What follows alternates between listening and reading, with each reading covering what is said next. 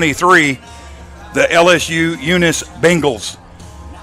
Two contrasting styles of play here tonight, but two teams that ran through their conference tournaments a week ago. Shelton State going 3-0 and winning their third straight ACCC championship, and the LSU Bengals moving up from Division II to Division I and winning the Louisiana Collegiate Athletic Conference Championship and Region 23 with their tournament victories last weekend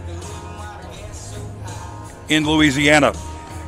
We welcome you to the broadcast. My name is Barry Allen. I'll be with you here tonight, and we expect a really good series with two really good teams. The Bucks enter the game, the home team, with a 46-11 record. That's the sixth most wins in the country, and their opposition is the LSU Eunice Bengals, who are 52-3, and that's not a misprint. They've lost 3 games, and they have 52 wins, and that is the second most in Division I JUCO, only behind Walter State, who has 56 wins, and they locked up the Appalachian Division today, and they are headed to Grand Junction.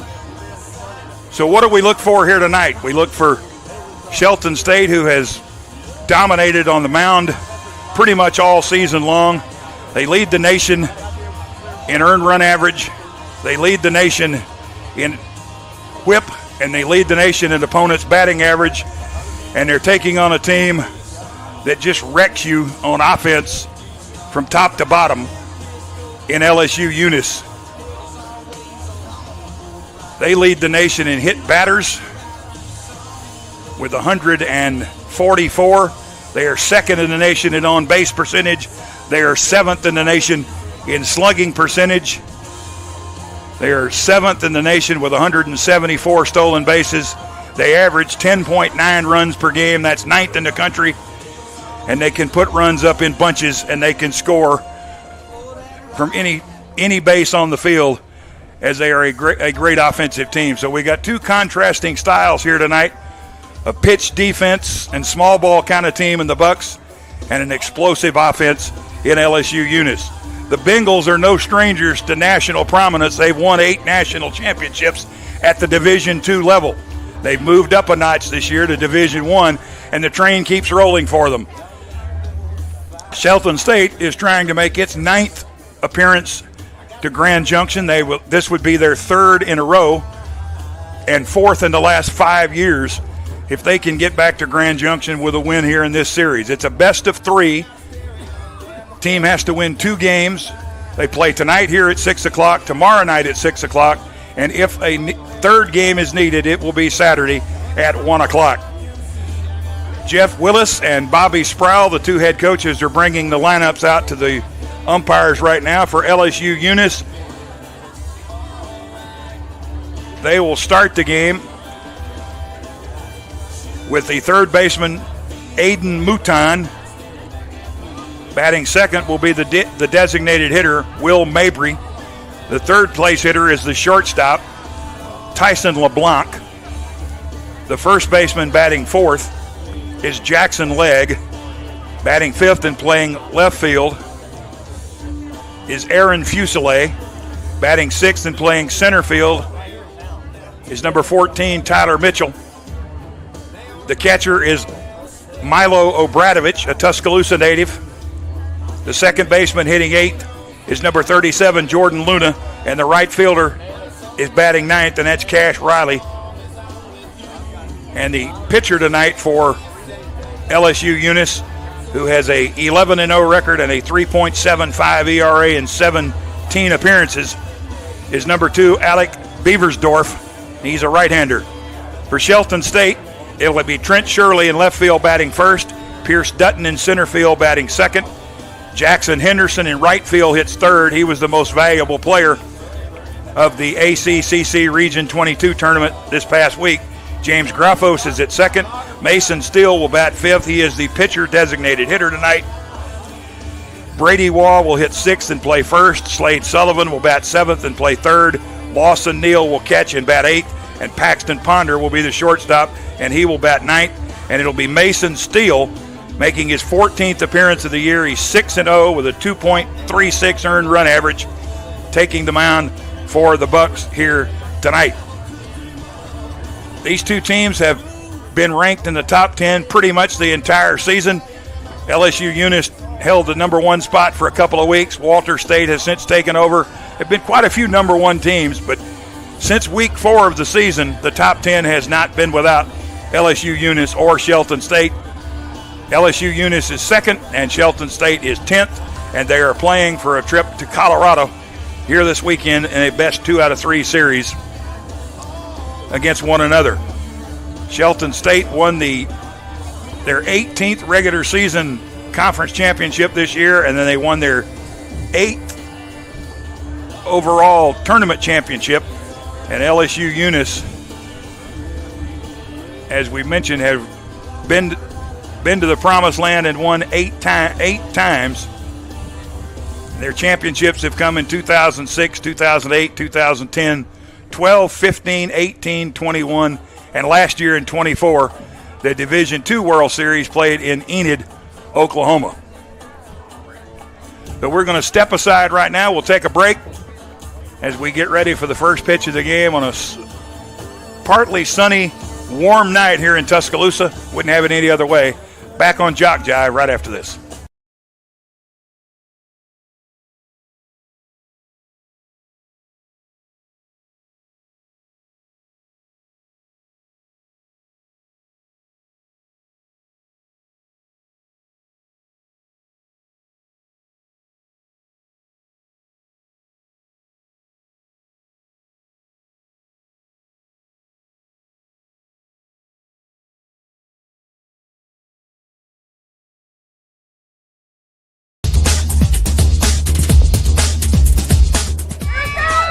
Just about all Wayne Jones County. Diving catch at shortstop.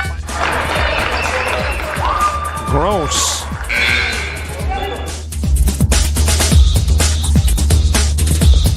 Towards the gap.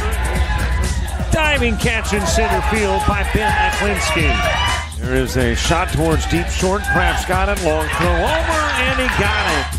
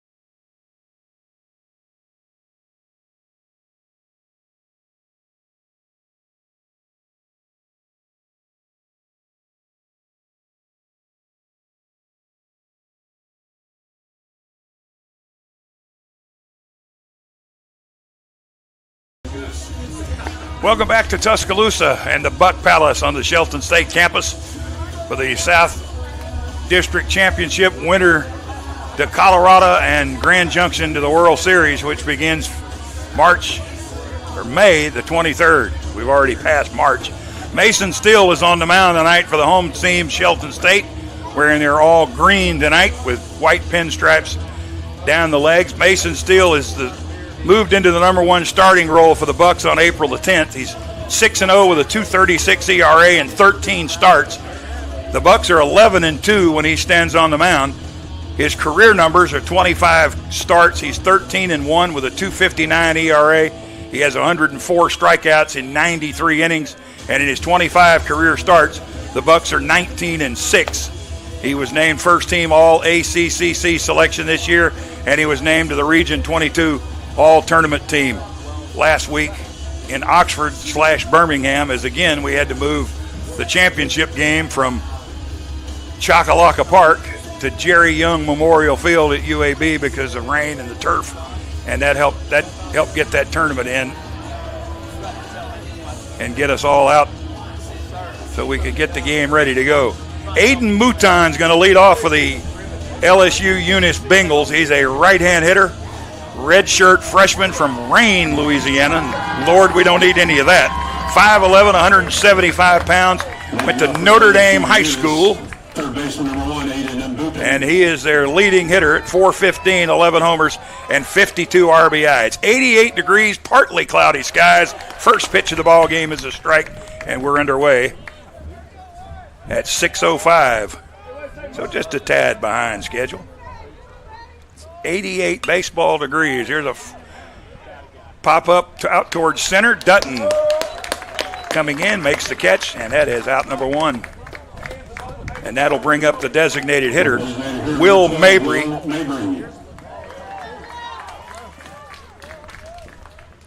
Mabry is a left-hand hitter from St. Joseph, Louisiana, Tensas Academy, 5'11", 190-pound sophomore, hitting .394 with 4 homers and 41 RBI. He's the second leading hitter on this team.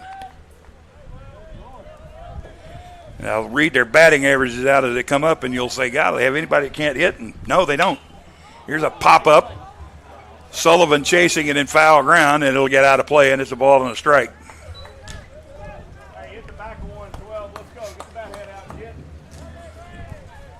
Mabry has scored 32 runs. He's got 4 homers, 41 RBI. This team likes to run. 174 stolen bases this year. Eunice with the yellow gold tops, purple numbers, and white pants, and a white batting helmet here on the road tonight. They look a lot like LSU because they are LSU Eunice.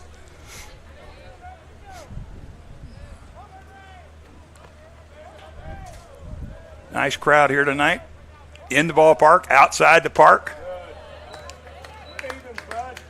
And still misses, and it's 2-2. We got food trucks here. We got an alumni tent in left field. Lots of sandwiches and beverages. And here's a line drive to right. Jackson Henderson does not have to move and makes the catch for out number 2.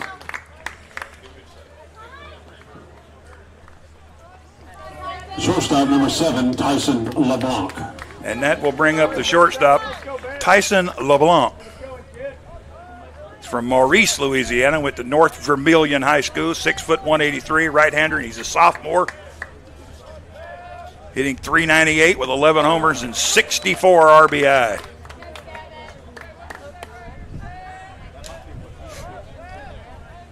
We came on with a historic night. This is the first time that these two regions have had to play one another in a best of 3. Louisiana joined Alabama last year, put 2 teams in, Delgado and Nunez.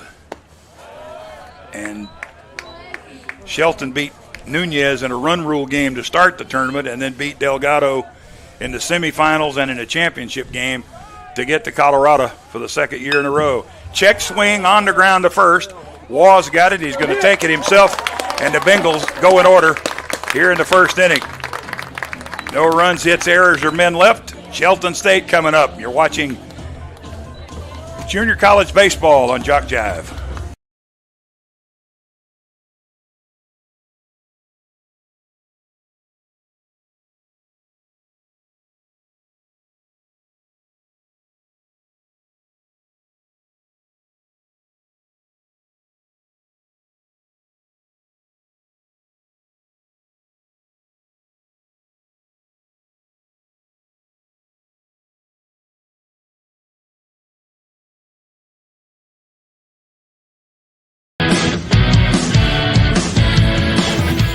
frustrated. She's having trouble with her defensive player. Look at this sweet pass behind the back for 2 on the assist. And that one is hit on a rope to center field. Watch that one. And it is, oh, what a great diving catch by the center field. And in that game, it was basically a running back by committee. I mean, you had a lot of guys carrying the football. Is that the protocol for the upcoming season for the backfield of Jackson State? It's a really nice pitch to get the ground ball double play. Second one. 6-5 is your final. East Georgia advances to the championship game.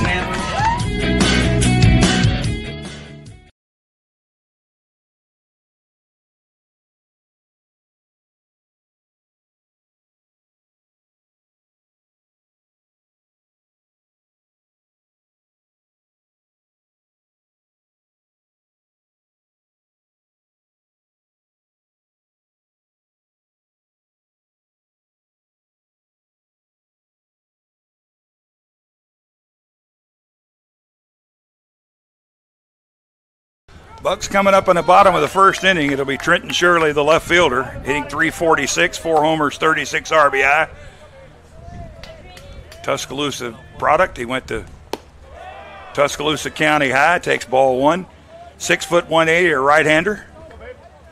Facing Alex Beversdorf, making his 17th appearance and 15th start of the year. He's 11-0 with a 3.75 earned run average.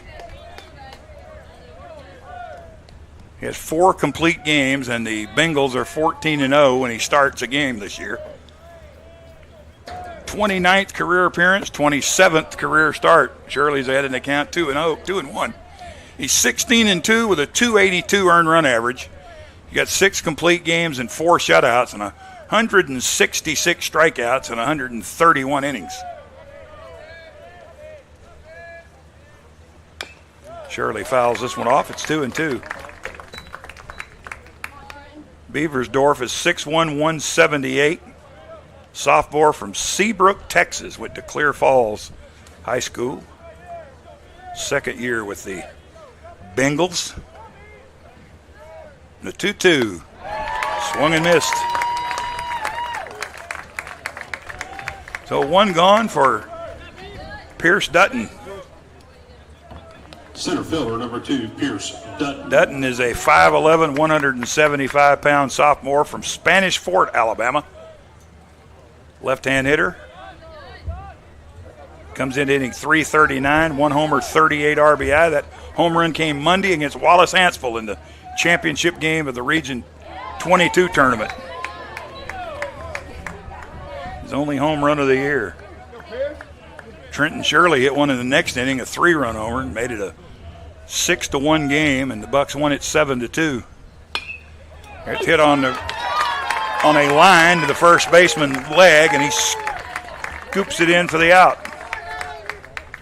And that'll bring up Jackson Henderson. The right fielder, number 15, Jackson 6'3", 230, a true freshman from right here in Tuscaloosa, went to Hillcrest High School. .371, a team-high 8 home runs and 38 RBI. He was the MVP of the Region 22 tournament last week. And here's a ground ball to second. It'll be fielded by Luna, bobbled by Luna, and still in time to get Henderson. So an easy inning for Mason Still and an easier inning for Beversdorf. Scoreless after 1 here in Tuscaloosa.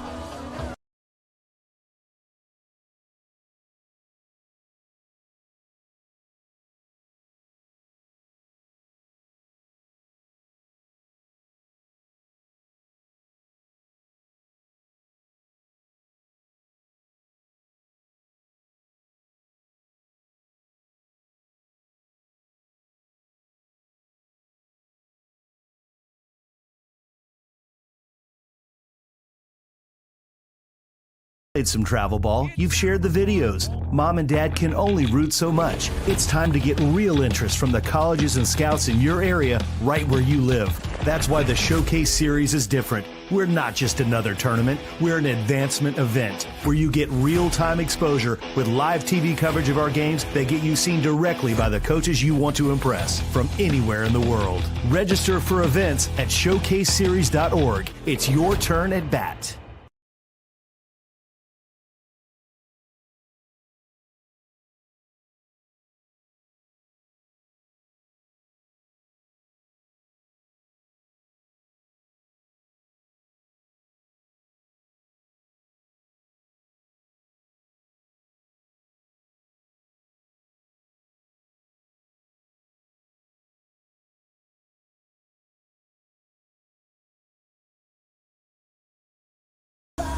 Back at the Buck Palace here in Tuscaloosa, scoreless after one. A couple of 3-up, 3-down innings for Mason Steele and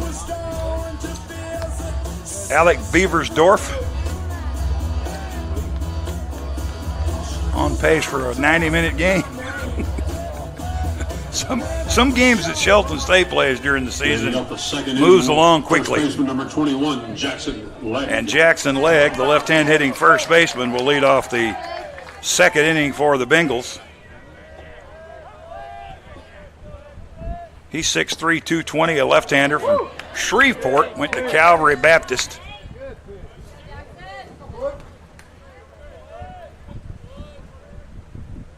Hitting .359, 7 homers, 58 RBI, bouncer up the middle. Graffos towards second, fields and throws him out. And that's out number one here in the second inning. And here is Aaron Fuselier, 5'9", 205-pound right-hander. Redshirt sophomore from Lake Charles, went to the almighty famous Barb High School. Left fielder number 15, Ashton Fuselier. You don't have to know anything about baseball in Louisiana, but everybody knows about Barb. Fuselier takes the strike. .345 hitter, 6 homers, 42 ribbies, and he's got the first hit of the ball game. In front of Dutton in left center.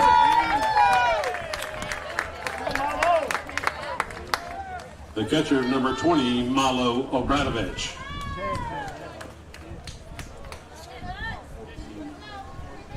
Check that. Center fielder, number 14, Tyler Mitchell. Tyler Mitchell, the hitter, 5'11", 191 from Marrero, Louisiana. And he went to John Curtis, and that's probably the next most famous high school in Louisiana.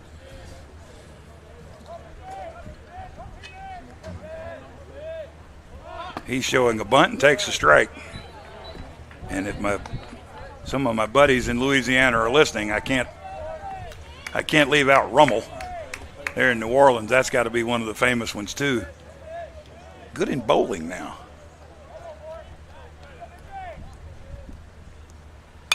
Popped him up. Neal's going to chase it, and it's going to land, hits the net, saves the lady getting hit in the head.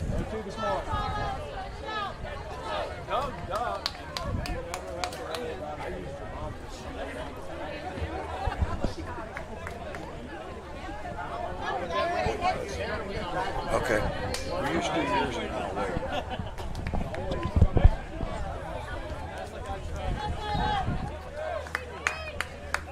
So Mitchell at an 0-2 count. They throw over to first base. It was a modest lead for Fuselier. He does have 16 stolen bases, 16 out of 20. The Bengals are 174 for 208 on the base pass. And there is a curveball and a strike three. First strikeout for Mason Steele. The catcher, number 20, Malo Obradovic. So here's a familiar name, Milo Obradovic, 5'10", 158, out of Tuscaloosa, Alabama, went to Northridge High School and a Dixie Collegiate League alum. That's the most important part of the day there. His dad played at Mississippi State, and they own that nice Holiday Inn Express over on 15th Street. The family does. Strike two.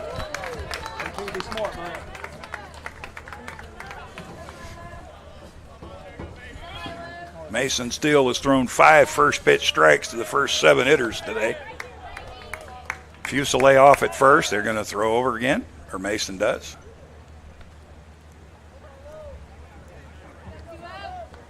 Runner at first, 2 down. One more throw to first.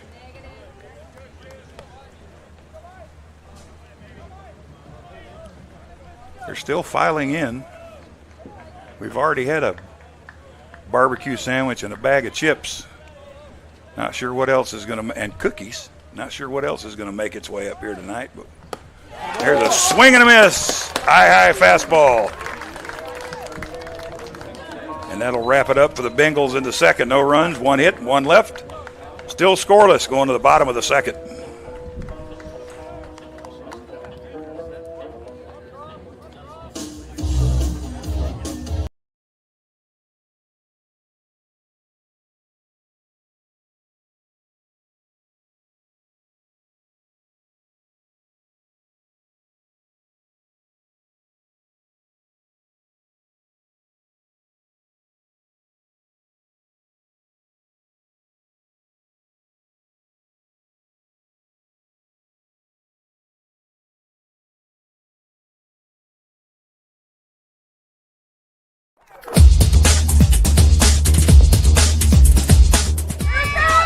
Just about all Wayne Jones County. Diving catch at shortstop.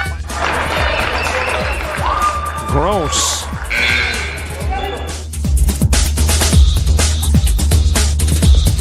Towards the gap. Diving catch in center field by Ben Aklinski. There is a shot towards deep short. Kraft's got it. Long throw over, and he got it.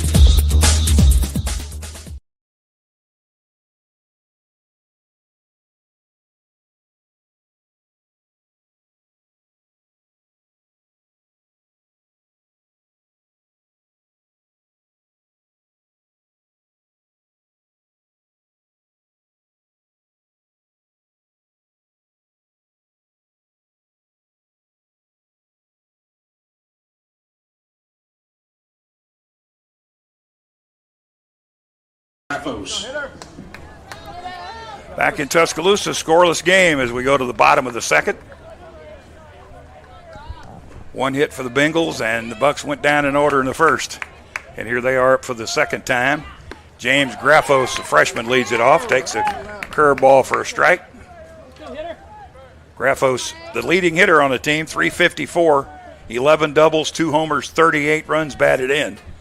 He's a 6'2", 188-pound freshman from Mountain Brook. And he evens the count at a ball and a strike. He was a member of the Region 22 All-Tournament team. It was Dutton, Henderson, Shirley, Graffos, and Mason Steele. Steele is a pitcher. The other 4 is hitters.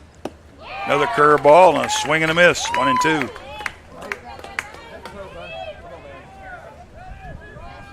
A lot of LSU Eunice fans here, about a 7-hour and 40-minute drive according to Google Maps. Graffo stays alive, fouls it off. Sits in 2 different counties, or parishes, excuse me. They do not call them counties in Louisiana.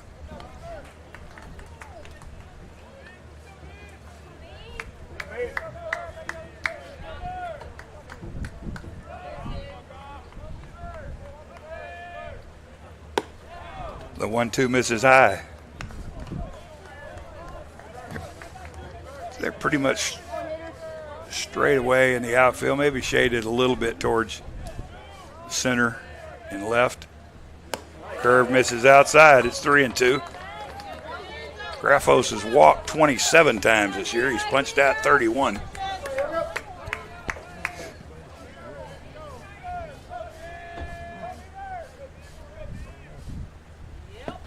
And that's a curveball that catches the outside corner for a strike.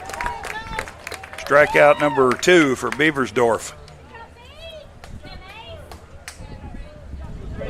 The pitcher, number 3, Mason Steele. So Mason Steele stands in. .293, 6 homers, 28 RBI. Sophomore out of Headland, Alabama. 6'3", 195. The Bucks would like to get him going. That's a fly ball to right, but it is going to die in right center field. That's one of the better swings he's had in quite some time. He's been going through a slump at the plate. First baseman number 7, Brady Wall. He came into night 9 for his last 50, but it hasn't affected him on the mound. And here's Brady Wall. Brady hitting .302, 3 homers, 27 RBI out of Birmingham, Alabama. 6'2", 190, left-hand hitter. Briarwood Christian.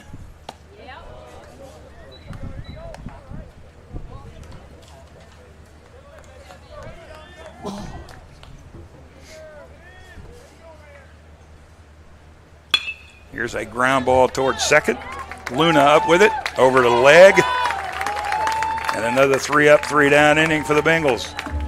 Nothing doing for the Bucks. Scoreless through 2 here in Tuscaloosa.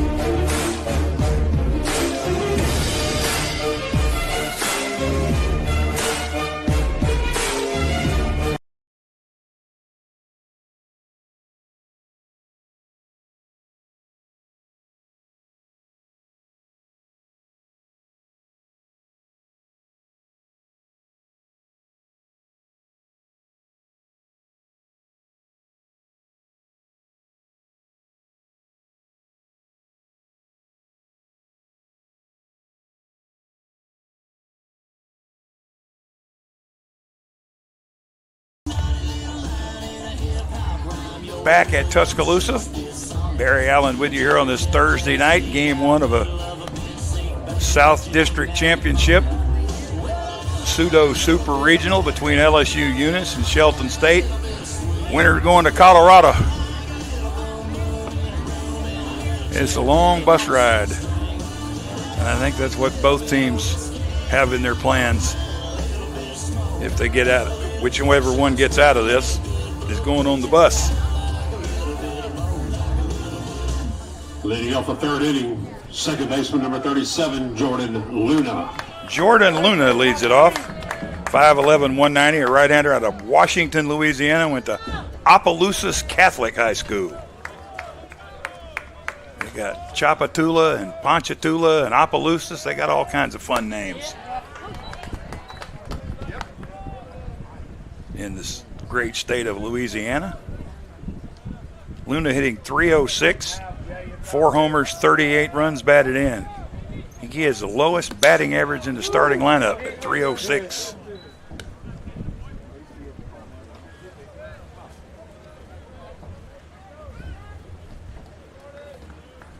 Witt's going to have trouble getting your lunch in here, Tommy.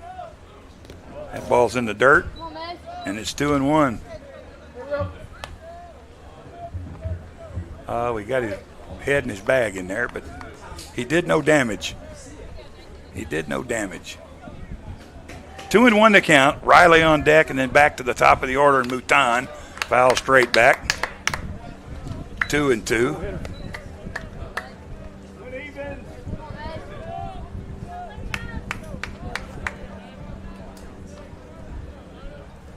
Mason Steele has been outstanding on the mound this year for the Bucks.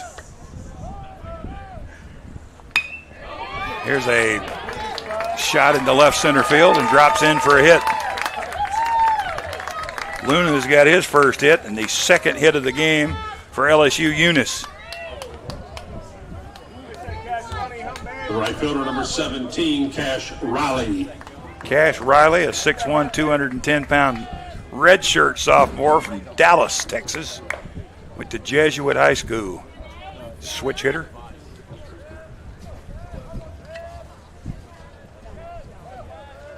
Riley hitting .337, 6 homers and 28 runs batted in. Well. Shows a bunt, takes it, and a pass ball will allow the runner to go to second.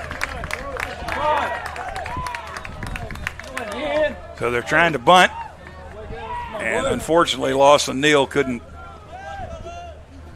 hang on to that one, and it goes back to the screen, and the Bengals have the first man in scoring position today.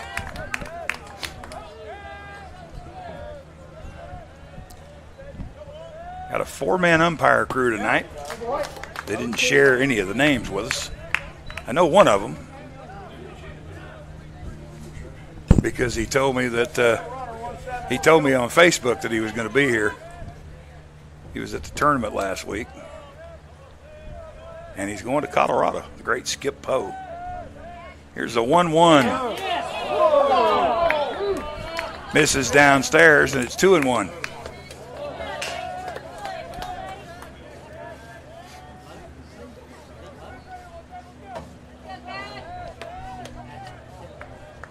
Luna off second.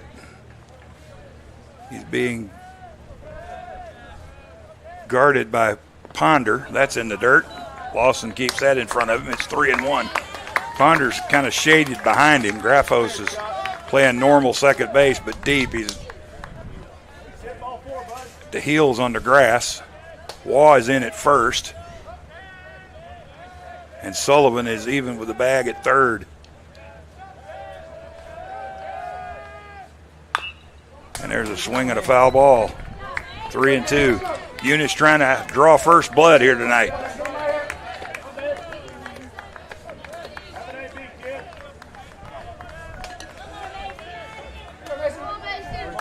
Mason Steele got his 5th win at Southern Union on April 24th, 5 innings.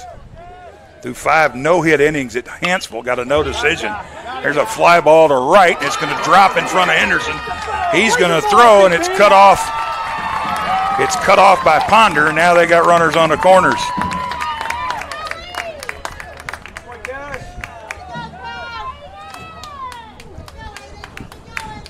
Third baseman Aiden Newton. That looked catchable. I don't know if he gave up on it, but it looked catchable. So here back to the top of the order, and the third baseman, Aiden Mouton. He's their leading hitter at .415. He leads them at 23 multiple hit games on the year. He had a 19-game hitting streak earlier this season. That's the longest on their team. Runners on the corners, and there's a strike. The Bucks would gladly trade a run for a double play. They've turned 40 of those this year. That leads the nation.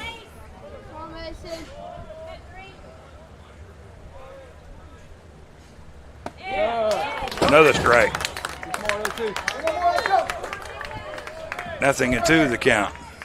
A strikeout on a double play would be even better for the Bucks. And the Bengals trying to cash in on 2 base hits and a pass ball. That one stays high. A ball and 2 strikes.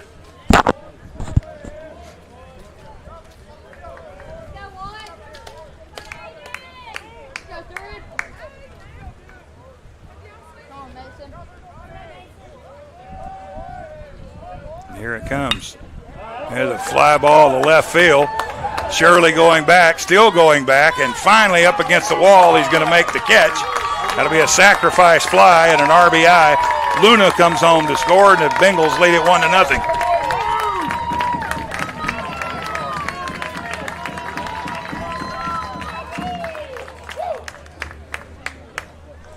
And that'll bring Bobby Sproul out to the mound. Designated hitter number 12, Will Mabry.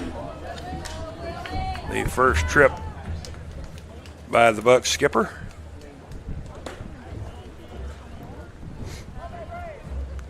It's kind Kind of seemed like Mason was rattled on that pop up to right field.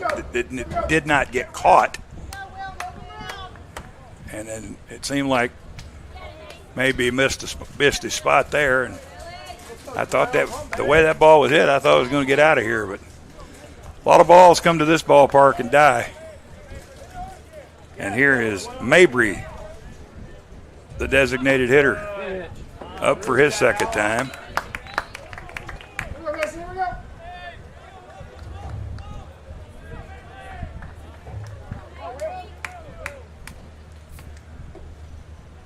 He's played in 51 games this year for the Bengals.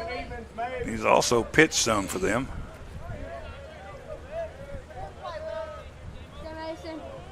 He was 4 for 6, had 5 RBI in the championship game of the Region 23 tournament against Delgado, and had a 3-run homer earlier this year against Nunez. They played a game this year against North Iowa Area Community College. Roll that off the tongue real fast. They beat them 36-1. I don't know where, I'm sure it's in North Iowa, but I'd be all for getting them to make another Southern swing next year.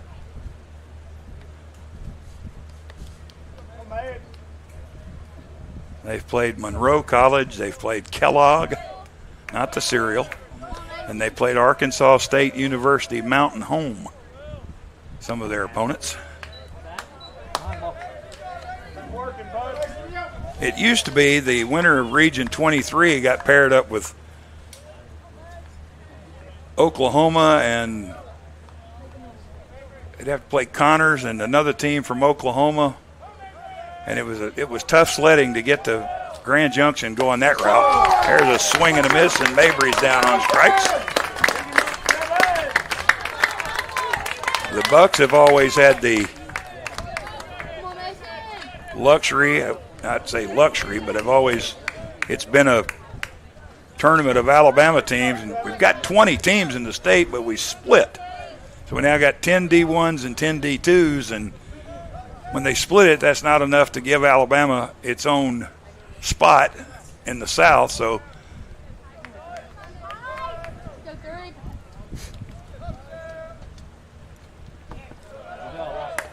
the shortstop, Tyson LeBlanc. Here's Tyson LeBlanc. So Alabama used to get its own deal and get to go to Colorado, but now we've split it up and have to play the Louisiana winner. 2 of them came to the tournament last year, and now this year the new format is a super regional. Here's a fly ball to right. Henderson chasing it into right center, and he makes the catch for the out. It's a run on 2 hits and 1 left for the Bengals in the third, and they take a 1-0 lead to the bottom of the third.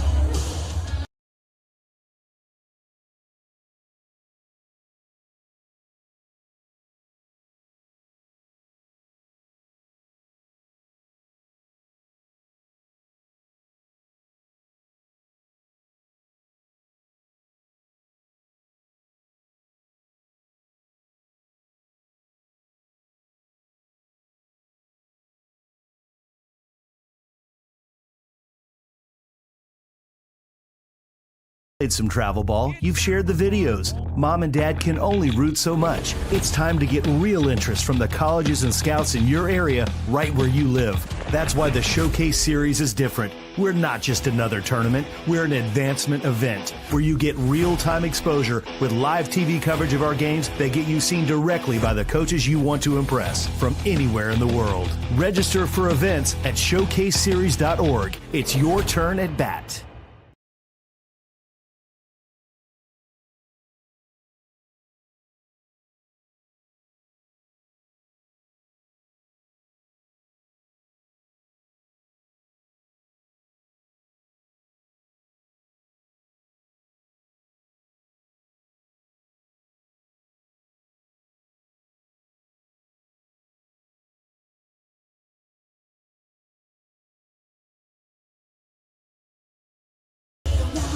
It's the bottom of the third.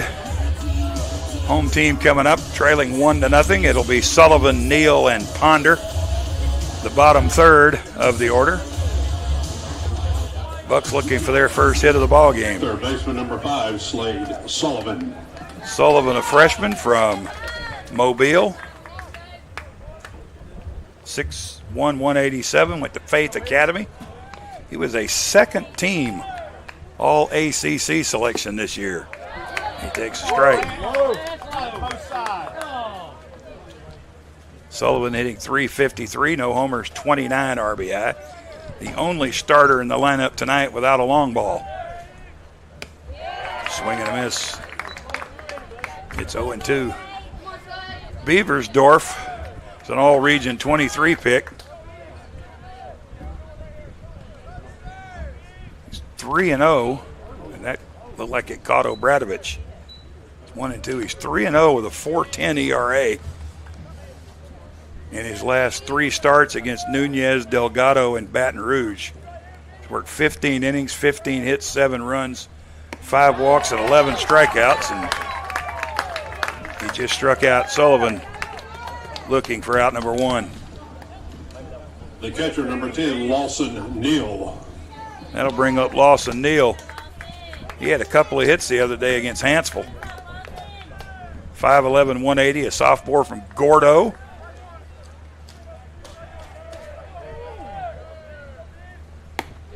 Hitting .227, 2 homers, 12 RBI. His alma mater and his brother's team, Gordo High School, finished runner-up in the 3A playoffs this year. And here's a ground ball through the 5-6 hole. And the first hit of the ball game for the Bucks belongs to Lawson Neal. The shortstop, number 12, and that will bring up Ponder. Paxton Ponder.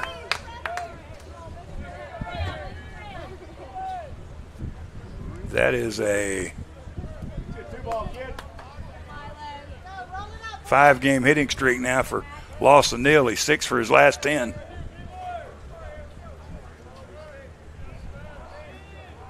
Ponder's hitting .315, 2 homers, 13 RBI. Lays down a bunt, beautiful bunt, nowhere to go with it, and a base hit.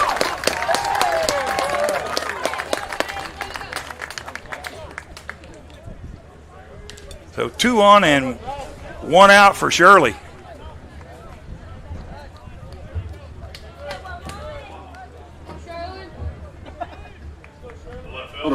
Trenton Shirley.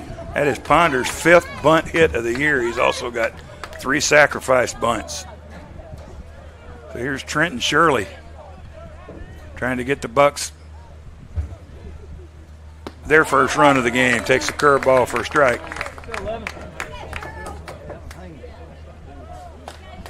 Shirley struck out his first time up. He played in 53 games this year, 42 starts. He was 4 for 12 in the Region 22 tournament. 4 runs scored, 2 doubles, a homer, and 4 RBI. Hit the 3-run homer against Hansville in the championship game on Monday and had 2 doubles in the win over Northwest Shoals in game 1. That is low. It was a good spot, but it was called low.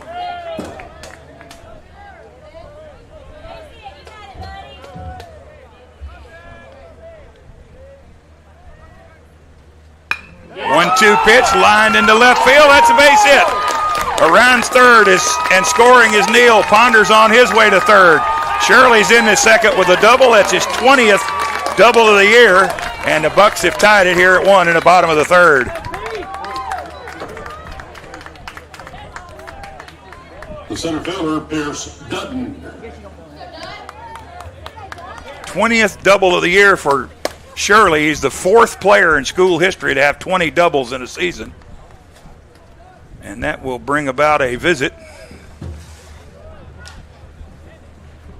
from the LSU Eunice dugout. Alan Orgain is the pitching coach. He wears number 38. And he makes his way out to try to settle Beaversdorf down. He retired the first 7. Neal hit a ground ball through the 5-6 hole. Ponder dropped a bunt down the third base line, and Shirley took a 1-2 pitch and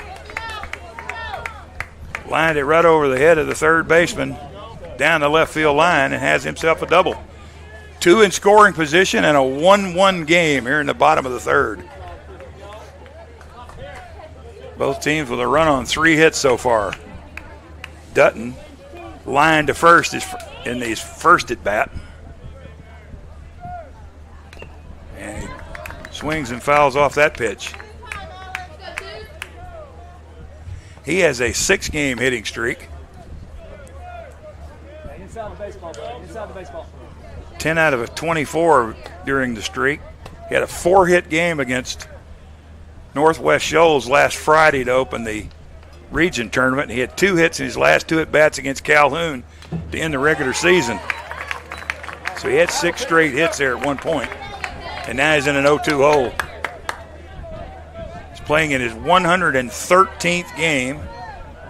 He has 134 career hits, 55 bags, and 97 career runs. But popped him up. Second baseman is Luna, and he makes the catch. And they thought about tagging him, and he would have made it, because that was not a good throw.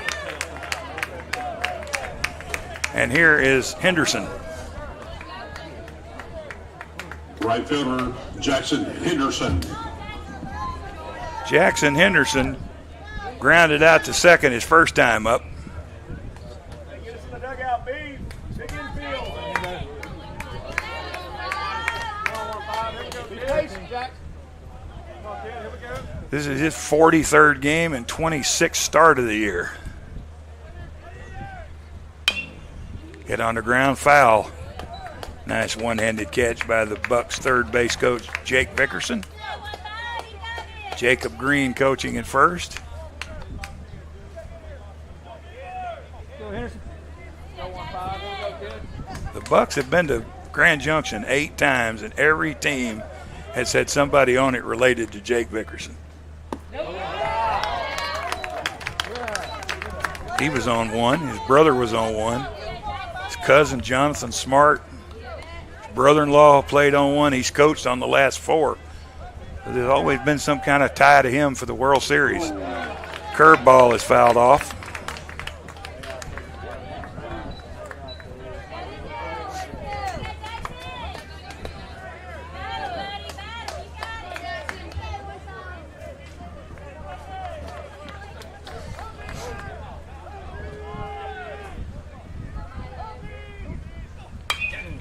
Popped him up. Luna and Riley. Luna going back, Riley coming in, and Luna will make the catch, and that'll retire the Bucks in the third. But they do tie it up, a run on 3 hits, but they leave 2, and it's a tie game as we're going to the 4th.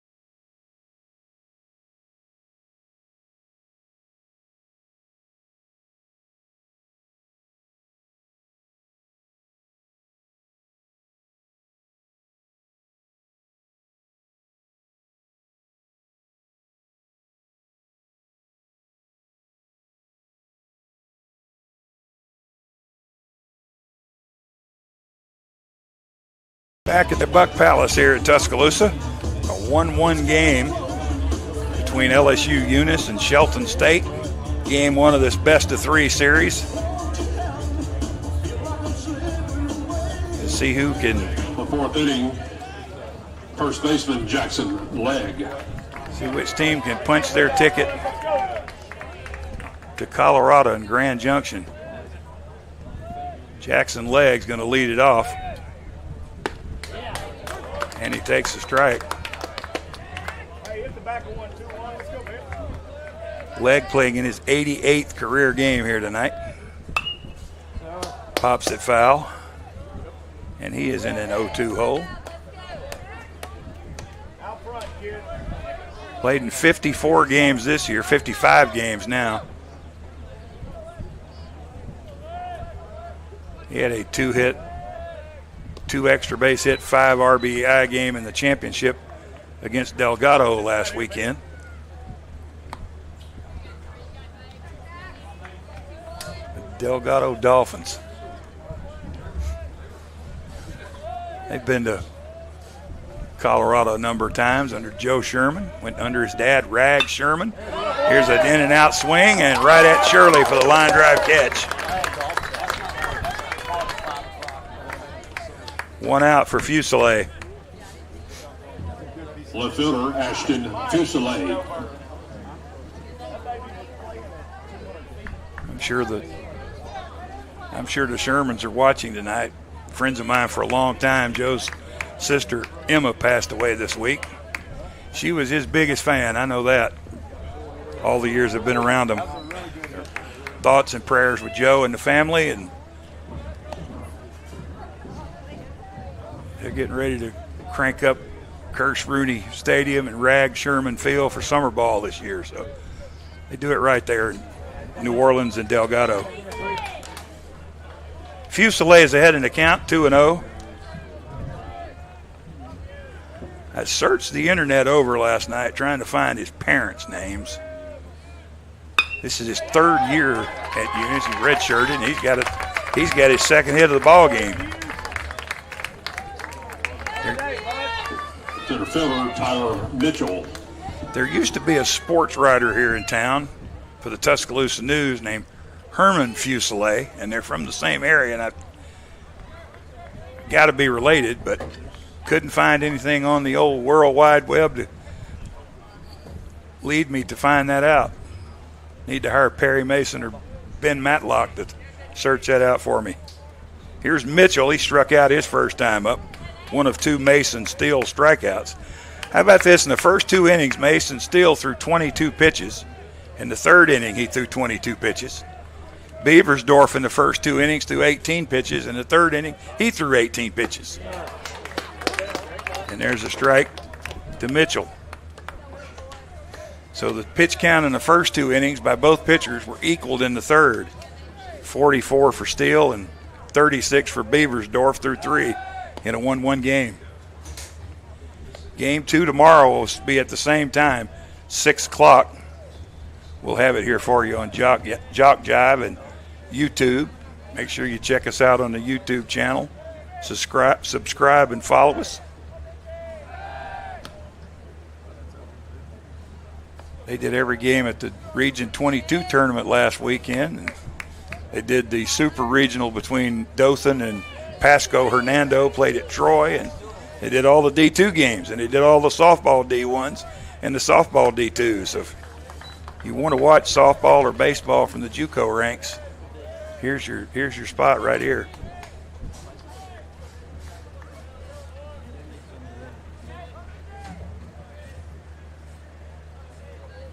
And college baseball at the D1 levels, as that's fouled away, they're playing their last weekend of the regular season. They all play Thursday through Saturday series this weekend as the road to Hoover commences Saturday night. Tennessee's at Arkansas. There's a swing and a miss, and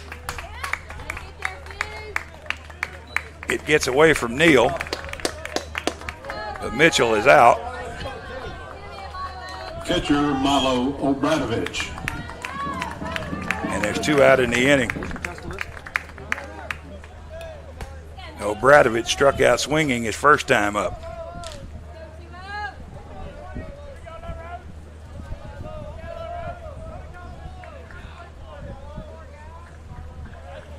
This is his 39th game of the year. 30th start. Came in hitting .349.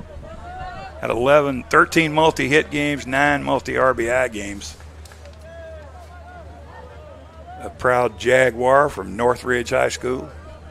They got quite a few folks playing 2-year and 4-year schools. It's popped up, and it clears the stands, and Doug Dutton lost his seeds. Had a cup of seeds, and now they're all over his shirt. He must be a Luna fan at second baseman for LSU Eunice, because he's wearing a shirt with Luna's name on the back of it. Probably not for him. It's probably it's an eat and drink place. Of course it is. Is Lee at the beach this week? Or is she here? She's usually at the beach. Mrs. Doug.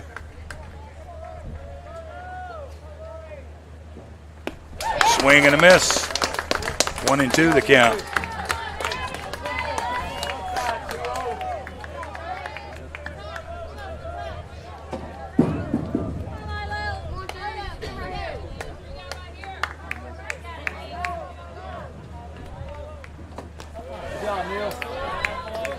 Low and in the dirt, and a nice block by Lawson Neal. Milo Obradovich is an NIL deal waiting to happen, isn't it? Everybody goes to Milo's, don't they? That sweet tea and those chili dogs or those double burgers with onions. And it's called a strike. They say he didn't hold up. Punched out by the first base umpire. And the second strikeout tonight for Obradovich. No runs a hit, 1 left. And it's 1-1 going to the bottom of the 4th.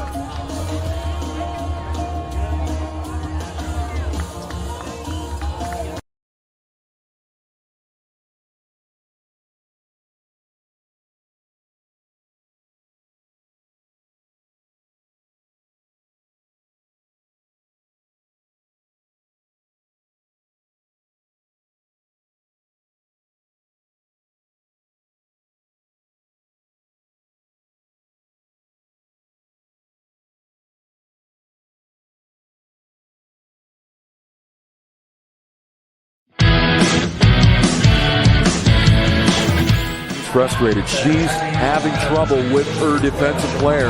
Look at this sweet pass behind the back for 2 on the assist. And that one is hit on a rope to center field. Watch that one. And it is, oh, what a great diving catch by the center field. And in that game, it was basically a running back by committee. I mean, you had a lot of guys carrying the football. Is that the protocol for the upcoming season for the backfield of Jackson State? It's a really nice pitch to get the ground ball double play. Second one. 6-5 is your final. East Georgia advances to the championship game.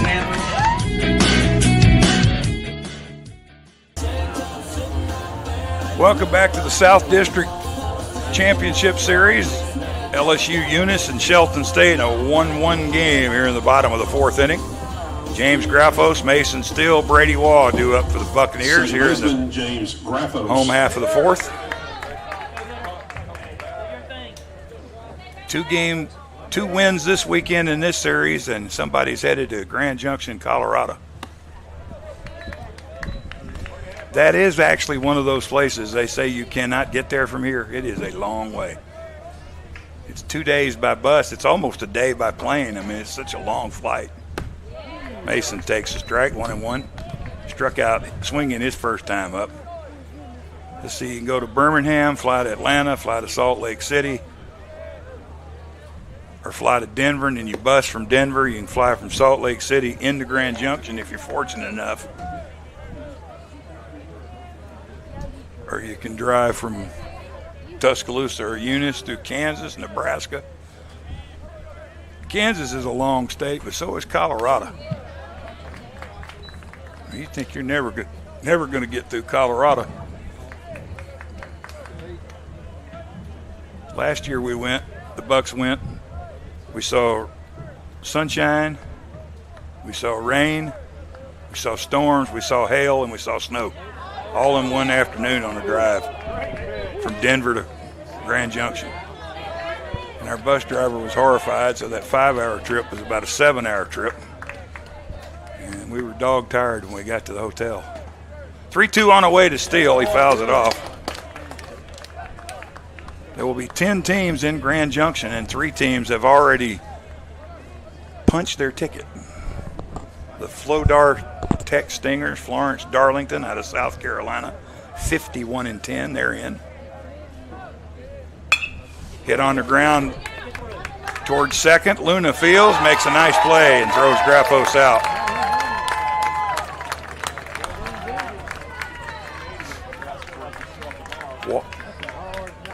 Number 3, Mason Steele. Walter State swept Georgia Highlands today. Georgia Highlands represented the Appalachian Division last year, but it's Walter State today. They got the most wins of any team in the country. They beat Georgia Highlands 6-5, and they've punched their ticket to Grand Junction. And the other that has punched it so far is the Florida Southwest Bucks, their first ever trip to Grand Junction, and they had to run through some pretty good teams to get there. Northwest Florida State a little down this year. They didn't even make the Final Four tournament. And they beat Gulf Coast State. Florida Southwest did to get to Grand Junction. So 3 of the 10 are in. We're waiting on the other 7. Fouled away.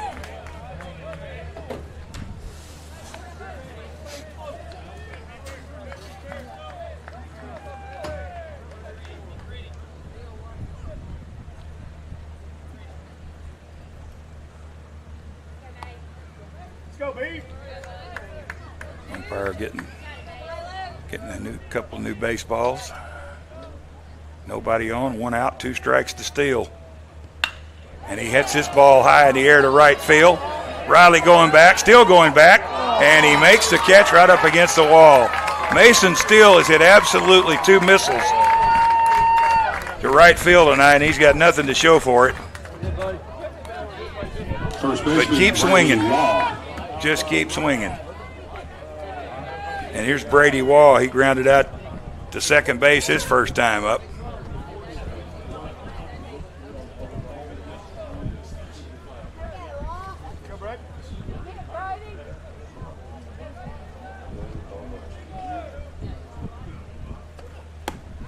Wall takes a strike. A 10th first pitch strike for Beaversdorf.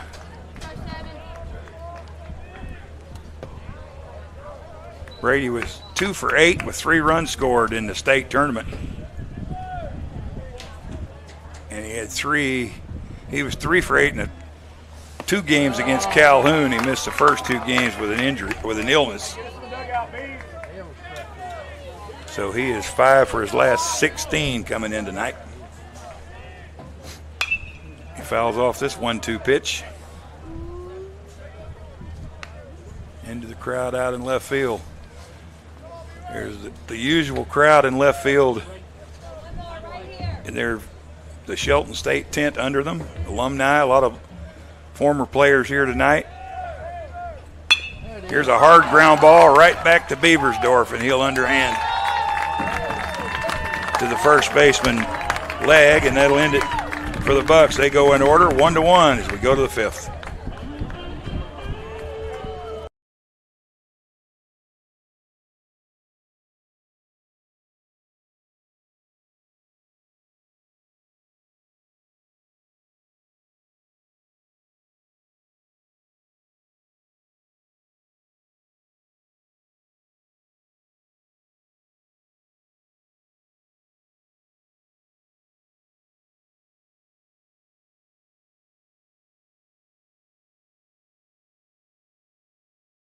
played some travel ball. You've shared the videos. Mom and Dad can only root so much. It's time to get real interest from the colleges and scouts in your area, right where you live. That's why the Showcase Series is different. We're not just another tournament. We're an advancement event where you get real-time exposure with live TV coverage of our games that get you seen directly by the coaches you want to impress from anywhere in the world. Register for events at showcaseseries.org. It's your turn at bat.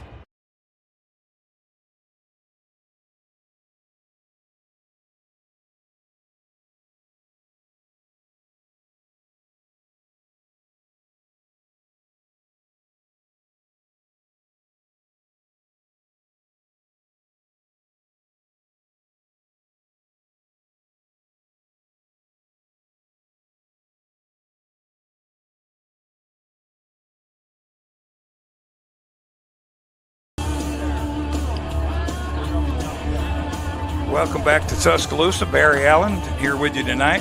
Robert Stevenson handling our production and graphics tonight. And you're talking about us on Twitter. Dean sent a little nugget out about us tonight, and we're getting a lot of shout-outs on Twitter. One of your guys, Kamari Darrington, and Noah Sharp with the Junior College Baseball blog. If you don't follow that, please do. If you don't follow two-year baseball on Twitter, you need to do that too. Those guys can run through some incredible numbers and stories and facts and getting junior college baseball promoted. Give them a listen or give them a follow. The JBB, they have a podcast every week. It's 2-0 to Luna, who singled and scored the only run of the game for the Bengals to this point.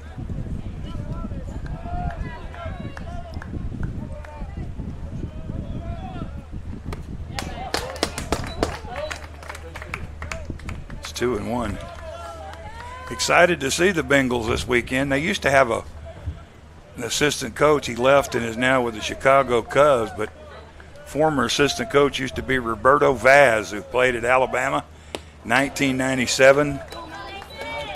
Had 10 wins, 10 saves, 20-something home runs.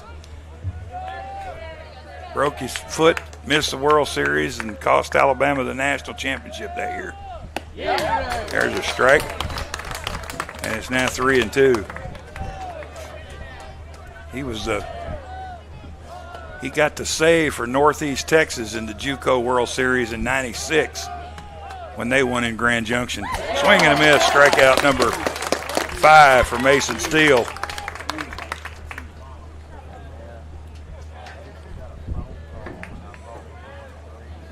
Right fielder, Cash Riley. Vaz played for Ty Harrington at Northeast Texas, and they were out of pitching. They were gasping for breath, and Bobby Sproul making his way to the mound to check on Mason Steele for an injury visit. But Northeast Texas was hanging on by a thread. They're trying to get through the game. They're trying to get that 27th out, the hardest thing to do in baseball, that last out. As Ty got to the mound, Bobby Vaz, as I call him, comes trotting in from center field. He goes, "What are you doing?" He said, "Give me the ball." He said, "Why?" He says, "If you want to win this game, give me the ball." He said, "Well, you hadn't pitched much in this tournament." He said, "Do you want to win the national championship?" He said, "Yes." He said, "Give me the ball. He said, "I'll strike him out on 3 pitches." And 3 pitches later, Northeast Texas were the national champions. And I think, they're getting him some water. I wonder if he's cramping up. Also, fans, we have a 50-50 draw. Because it's a 88-degree night and a 54% humidity here. Top of the 9th inning. Tickets are $10 or $5 for $40. Please come to press box to purchase your tickets. That is not a visit charge to Shelton State, so they will still keep their $5. That's a injury or a health visit to try to see what's going on with Mason Steele.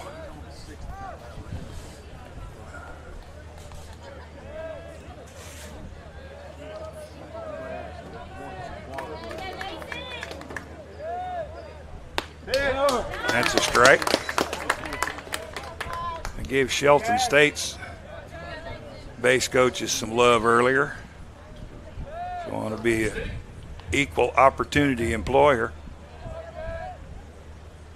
Tommy Goodale is the third base coach for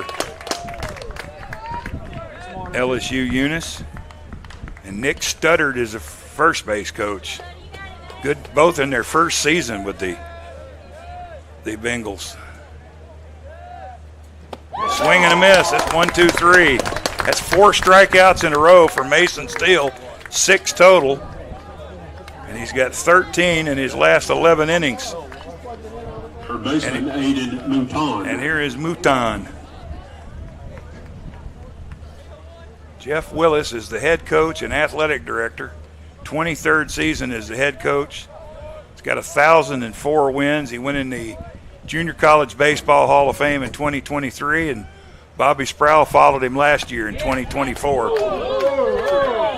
Bobby has over 1,200 wins. Jeff's got 1,104. He's the winningest active coach in college baseball, and he's got the highest winning percentage at .823 among active coaches.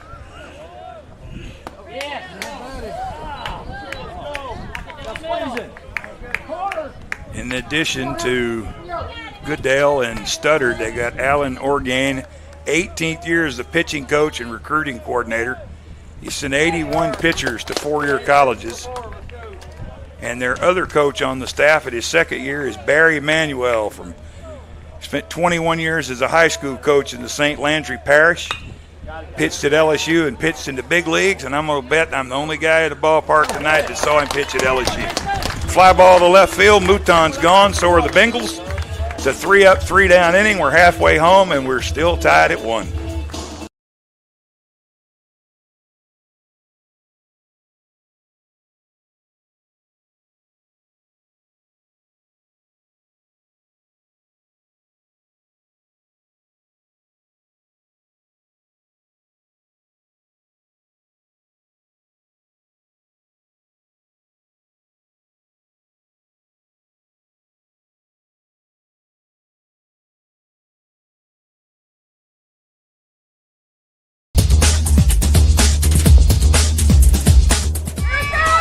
Just about all White Jones County. Diving catch at shortstop. Gross.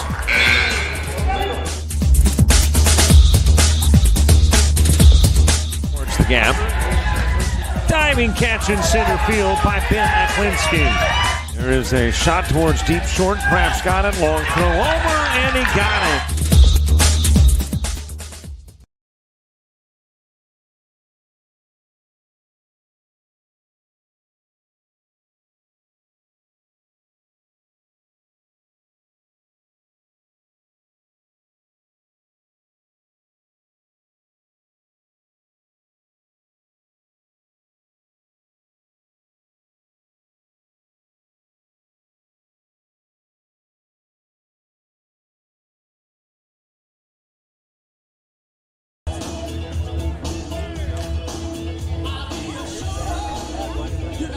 Bottom third of the order. Baseman Slade Sullivan. For the Bucks here in the 5th inning. Sullivan, Neal, and Ponder. That translated into a run back in the 3rd inning. The Bucks would take that again. Hard ground ball to short. LeBlanc up with it and throws him out for out number 1. And here's Lawson Neal. The catcher, Lawson Neal. Neal had a base hit his first time up between the 5-6 hole and came around to score the Bucks' only run. Extended his hitting streak to 5 games, 6 for his last 10 now. And he's got a ball 1 count. He had 2 hits, a run, a double, an RBI, and a sack bunt in the win over Hansville Monday. Strike evens up the count at 1-1.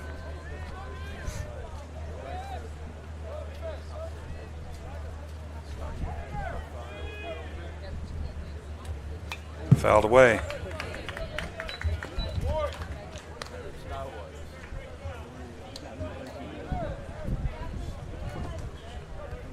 always heard about LSU Eunice, and now you get to see them up close. You're here in your ballpark. Low, it's 2-1 the count, or 2-2 the count. 1 pitch, 6-3.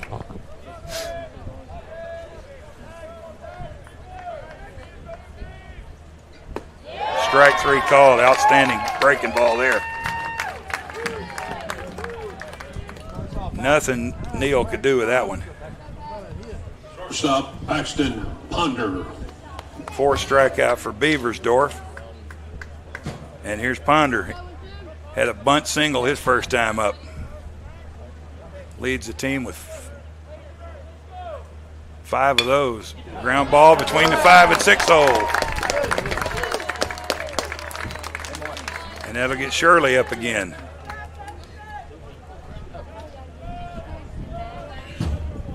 Left fielder, Trenton Shirley.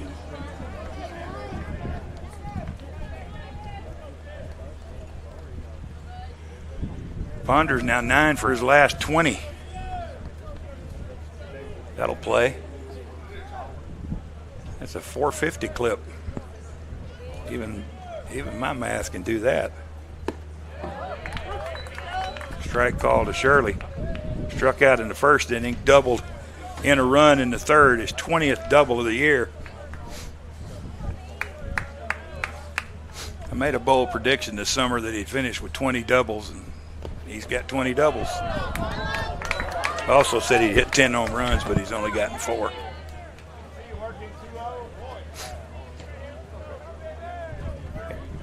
Got 9 career home runs, and 8 of them have not been here.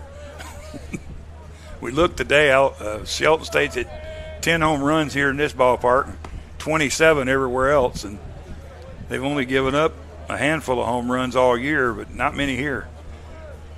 You've already seen it tonight twice, once with Eunice and twice with Mason Steele, probably anywhere else, and it's 3-2. Mason Steele could easily have 2 home runs tonight if we didn't play at the Grand Canyon here. That's what you are when your head coach is a pitching guy. Your ballpark is going to be big. There's a swing and a miss. Chase one out of the zone there.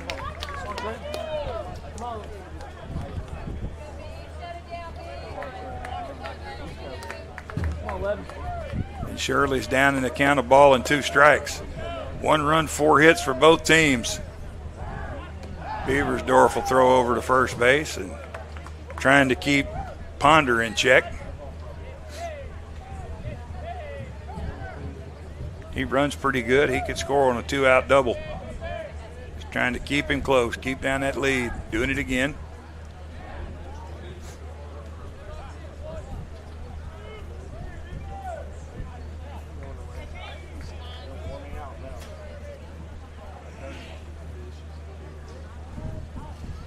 Now the first base umpire and the first baseman leg having a conversation, probably not about where they're going on their summer vacations. Not exactly sure what that's about, as Ponder walks it off in foul territory. Now it's back out on the base paths. Just missed. The Eunice people wanted that one. And it was close, 2-2.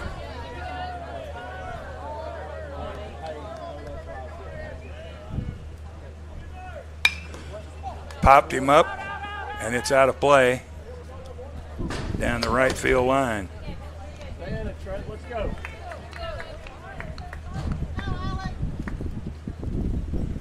66 pitches now for Beaversdorf.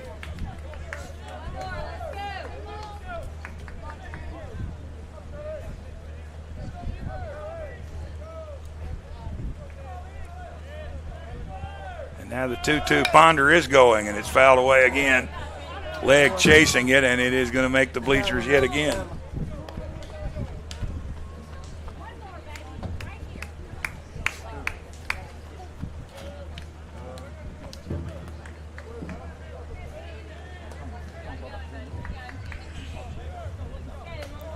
Warm day here today, nice evening.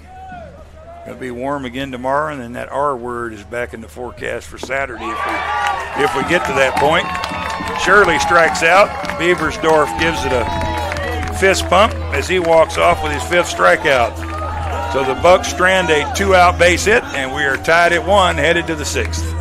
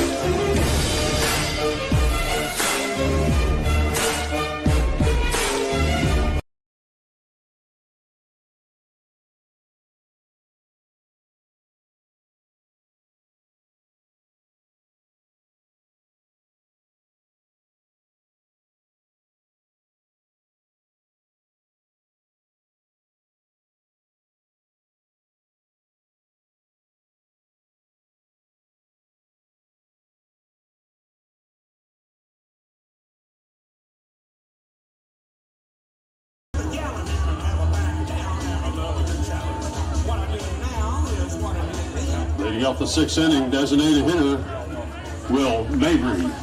We got a 1-1 game here in the top of the 6th between Shelton State and LSU Eunice.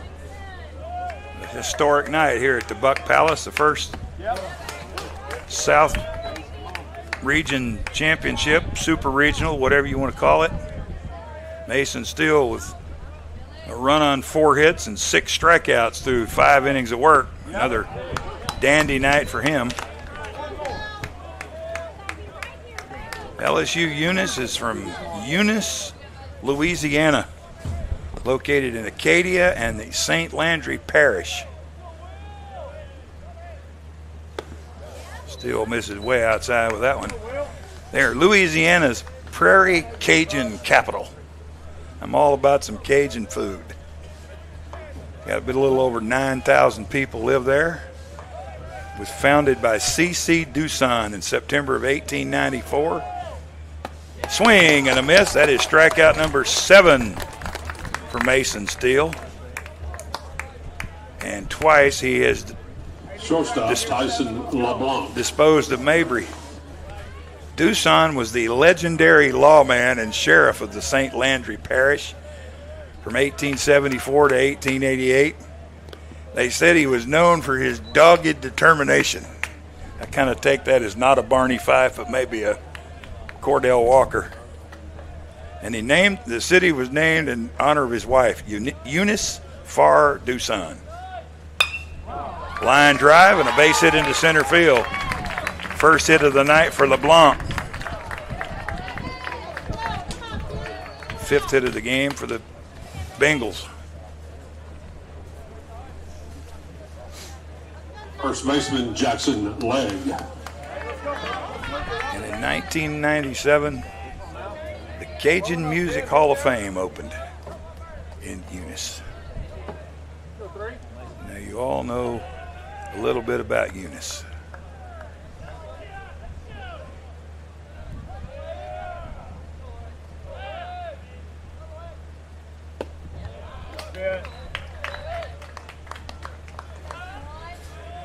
Jackson Legg is playing his 55th game of the night. Came in hitting .359.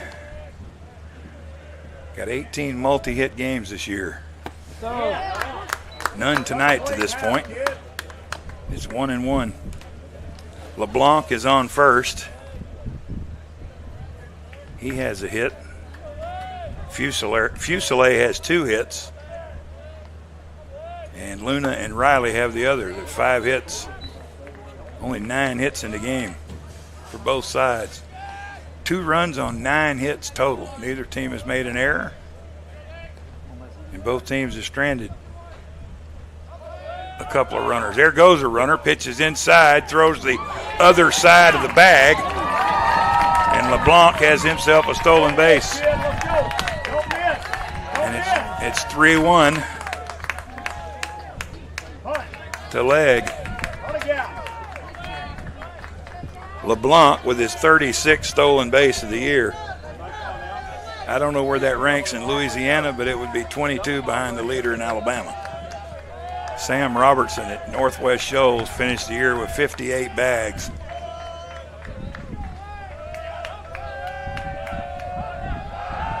They'll throw back to second. Mason chasing him back. Ponder with a catch.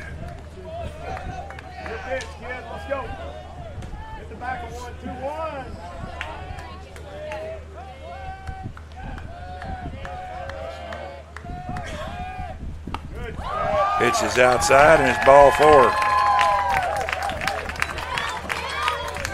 And here comes Mr. Fuselier. Left fielder Ashton Fuselier. He's 2 for 2 tonight.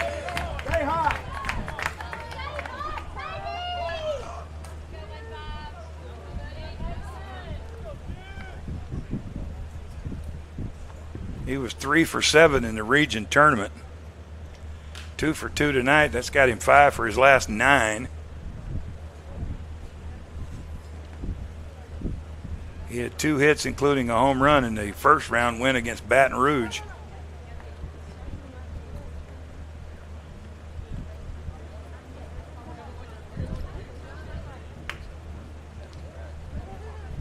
I've drawn a blank on Nunez. Baton Rouge is the Bears. Eunice is the Bengals. Delgado is the Dolphins. And Pelicans. I was hoping there'd be another NFL mascot there because you got the Bears, the Dolphins, and the Bengals. And then they got to go mess it up. They got to go mess it up and be the Pelicans.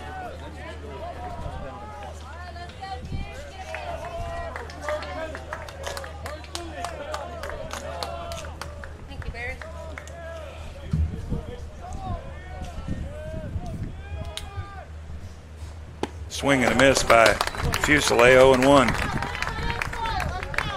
Mason still has not retired him tonight. 2 singles. About the same part of the park, left center field. Here's the 0-1 in the dirt. Nice block by Lawson Neal.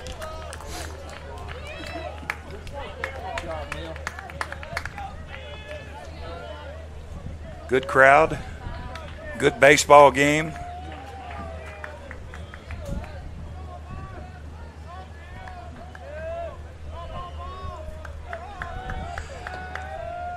Here's a 1-1. That misses outside and low. 2-1.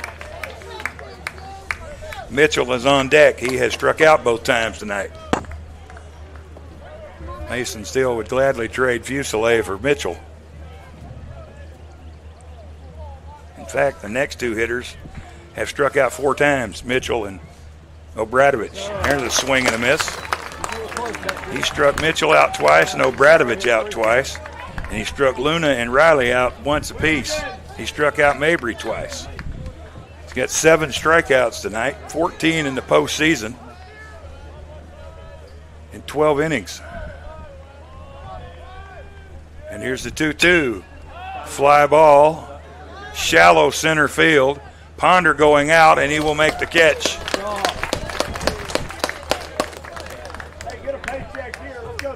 Two outs for Mitchell, who's 0 for 2 with a couple of strikeouts. The center fielder, Tyler Mitchell.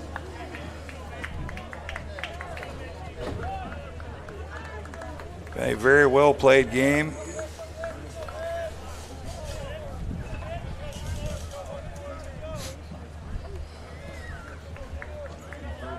Both starters have pitched very well. And the Bucks to this point have done a nice job with a very good offense. That's low and away.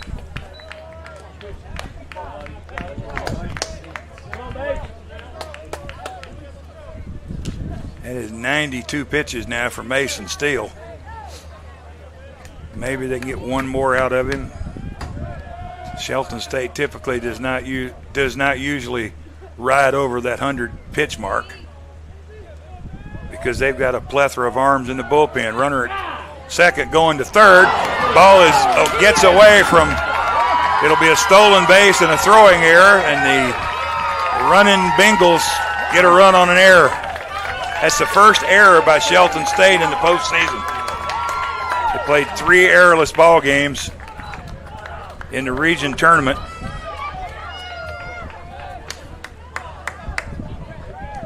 And the runner at first leg did not go until the ball was thrown away, so he will get to second on the also error.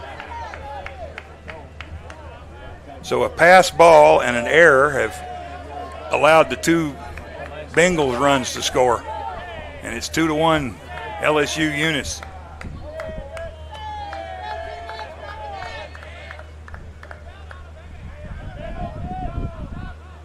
Mason still taking the long look in. Here's the 2-0. Drops it in there for a strike. 2-1. I mean, LeBlanc got a running jump. That's 2 stolen bases in this inning. He's got 37 now. But he could practically walk to third. He got a really good jump. And then Lawson Neal's throw was into foul territory and got away from Sullivan. And the Bengals have retaken the lead.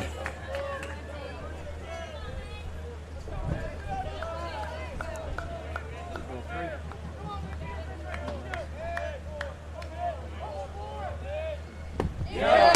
3-1 in there for a strike. 3-2. 1 pitch here for Mason to get him to the dugout and strand a runner. Shooting for his 8th strikeout of the night. His career high is 9. That was earlier this year. 3-2. Got him. 3 strikeouts of Mitchell. 8 strikeouts now for Mason Steele. But the Bengals have taken the lead. They get a run on a hit and an error, and they leave 1, and it's 2-1 LSU Eunice going to the bottom of the 6th.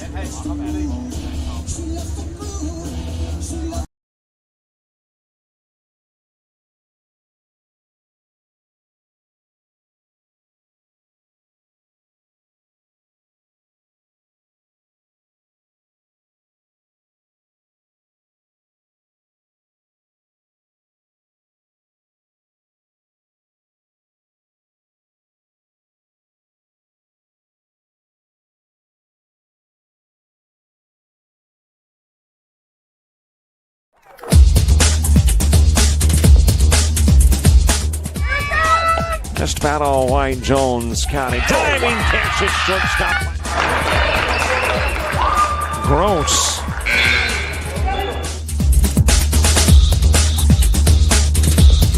Towards the gap.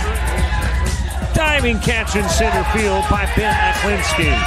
There is a shot towards deep short. Krabs got it. Long throw over, and he got it.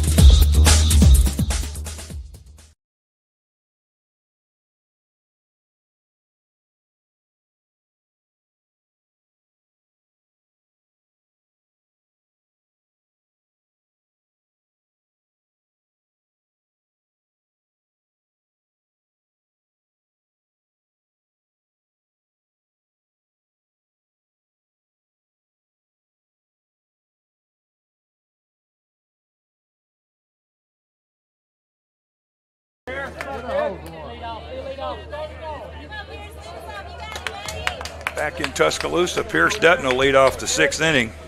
Dutton, Henderson, and Graffos, they're 0 for 6 tonight. Combined. Dutton hits this one on the ground, and Luna's going to gobble it up, bobble it, and just got him.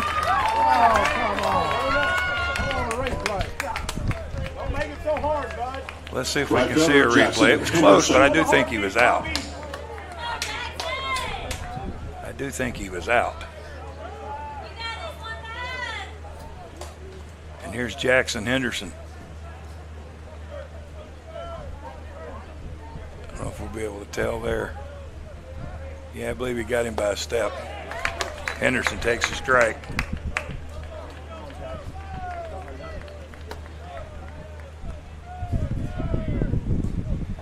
"71 pitches now for Beversdorf." There is action in the LSU Eunice bullpen, and I do believe the same is going on for Shelton. Hard to see. No, I don't believe there's anybody down there. Mason Steele's at 98 pitches. Typically don't take the starters over 100, but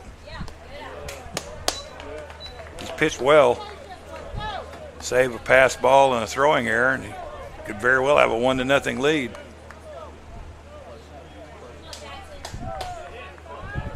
Jackson Henderson is grounded out to second and popped out to second.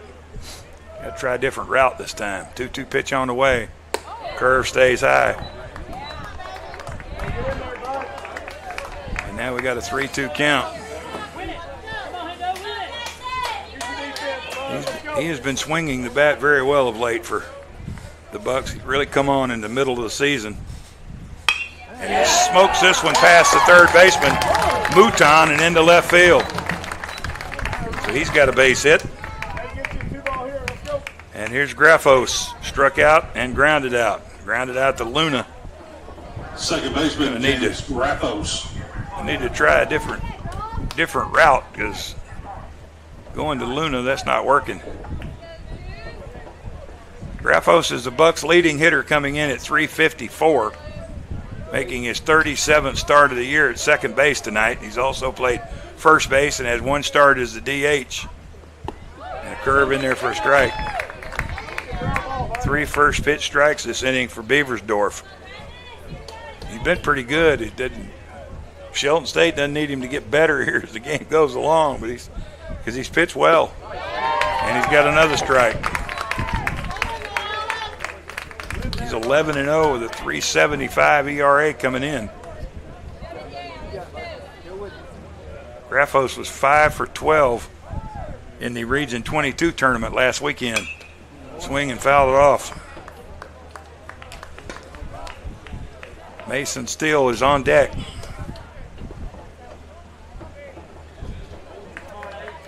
And if he comes out of the game as a pitcher, he can stay in the game as a DH. Just missed. 1-2 the count.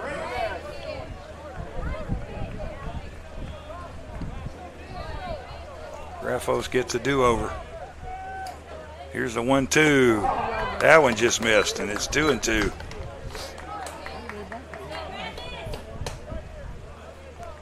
Driving that pitch count up.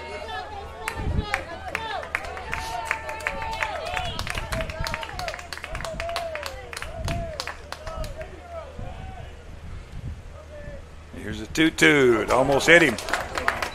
And it gets past the catcher, and Henderson will take second on the wild pitch. One thing I noticed when I was doing my notes and my prep for the game, I always like to go through and look at pitchers and number of pitches they pitch, and Eunice doesn't keep up with the pitch counts. They were not on the website. Sneaky.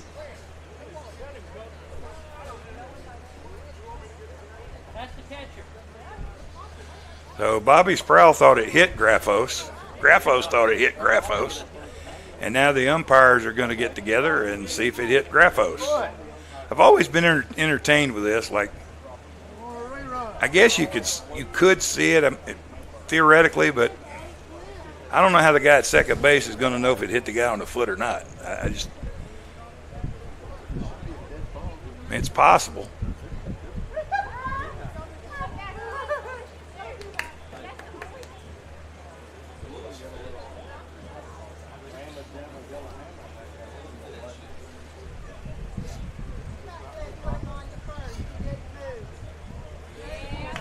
They're not going to let him go to first. And it's a 3-2 count. But Henderson now in scoring position. So base hit ties the game.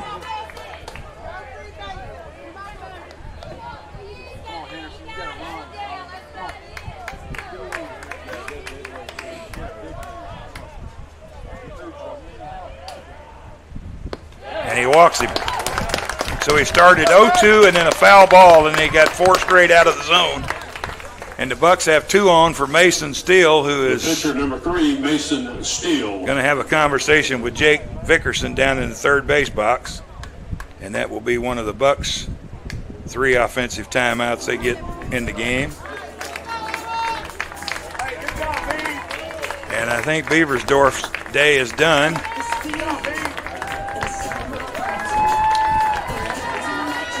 Cray Jacobs headed into the game. We'll tell you about him when we come back on Jock Jive at the South District Tournament here in Tuscaloosa.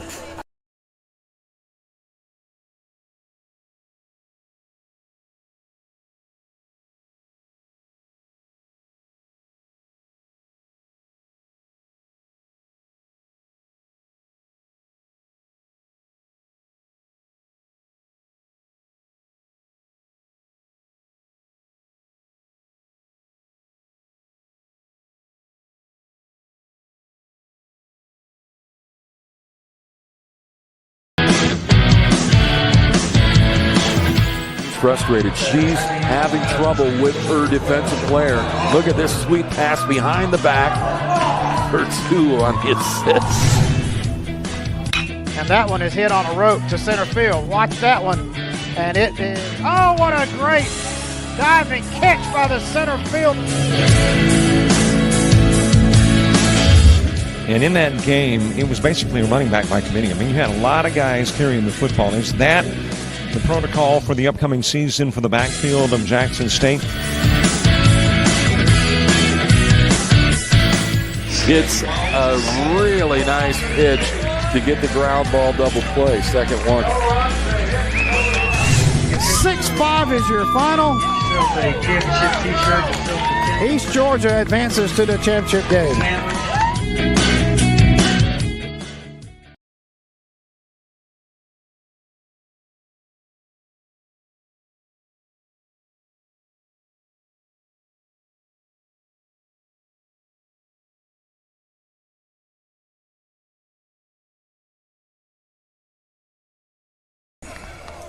So Mason Steele steps in against McCray Jacobs, the lefty out of the bullpen for LSU Eunice. He's making his 24th appearance.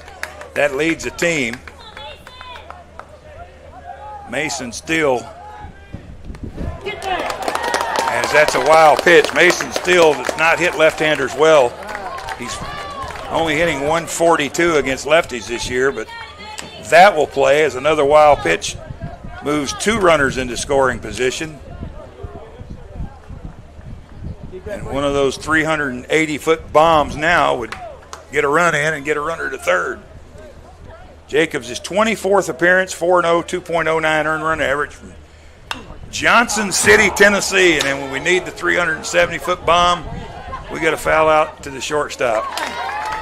And there's 2 outs. And here's Brady Wall, another. No, it's going to be John Robichaux going to hit for Wall. Attention now, hitting number 17, John Robichaux. Going to go righty versus the lefty here. Robichaux hits way better against lefties than righties. Hits 389 against lefties, just 218 against right-handers. And he's 2 for 6 this year as a pinch hitter.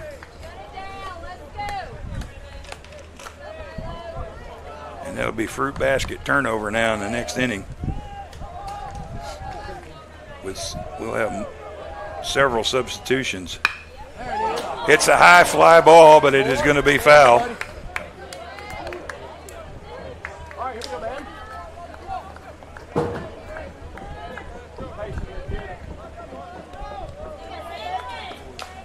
On the season,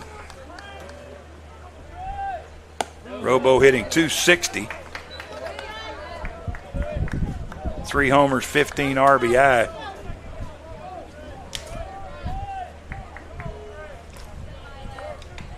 Hasn't had a lot of activity lately. And now he's in a 1-2 hole.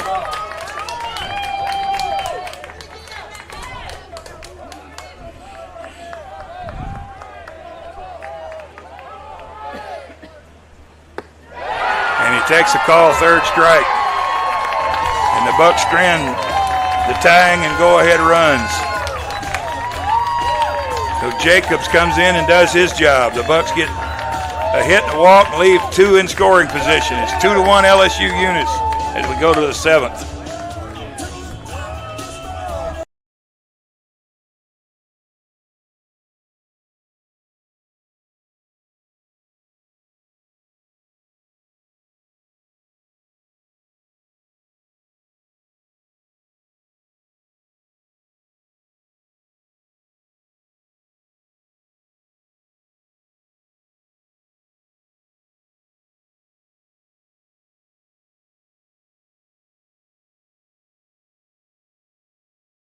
You've played some travel ball, you've shared the videos. Mom and Dad can only root so much. It's time to get real interest from the colleges and scouts in your area, right where you live. That's why the Showcase Series is different. We're not just another tournament, we're an advancement event where you get real-time exposure with live TV coverage of our games that get you seen directly by the coaches you want to impress from anywhere in the world. Register for events at showcaseseries.org. It's your turn at bat. Trip Gann. And the first baseman is Trip Gann. And now on the pitch for Shelton State, number 13, Peyton Zupancic.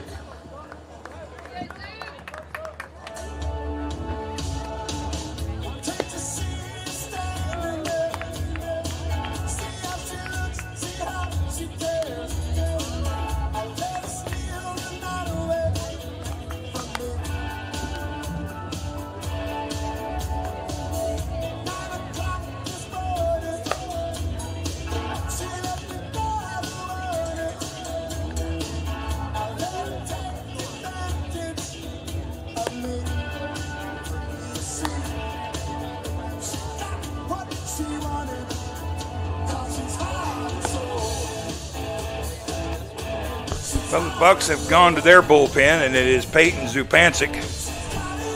Pitched last week in the tournament against Coastal Alabama Northwest Shoals.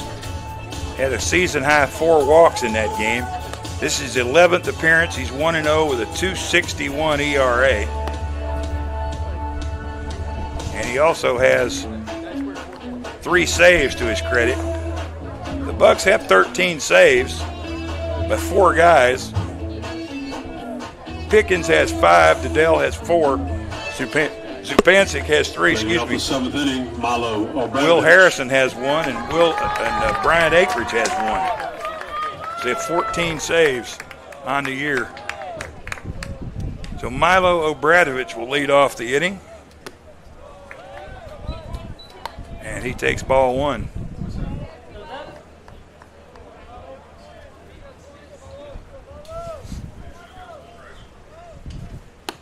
And another strike. It's 1-1. Obradovich is 0 for 2 today. 2 strikeouts. Oh, wait, I missed the strikeout. Mason Steele had 9 strikeouts. That does tie his career high. I had 8, and he actually had 9.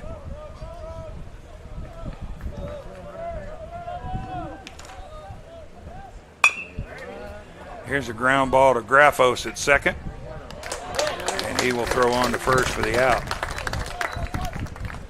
So 1 gone for Luna, who has a single and a run scored and a strikeout. The second baseman, Jordan Luna.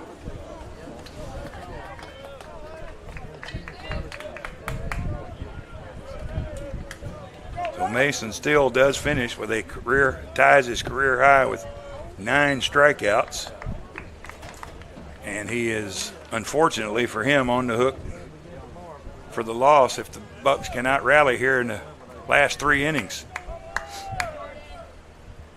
Yep. Come on.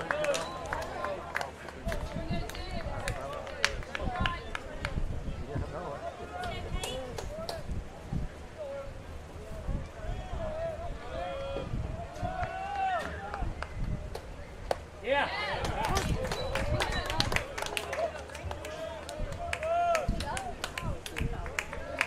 It's 2-1 to count.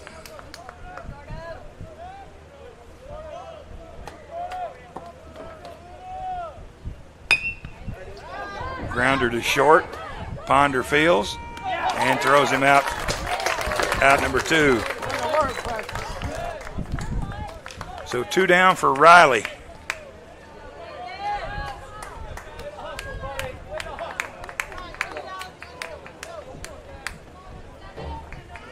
Right fielder, Cash Riley.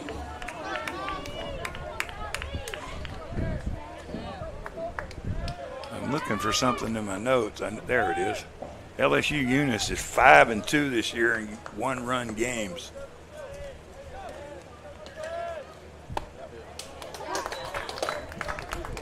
The Bucks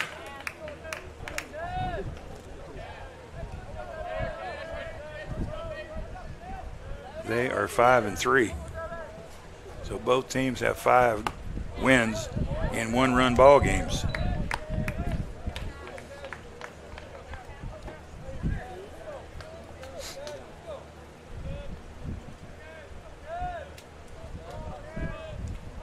This was one of the series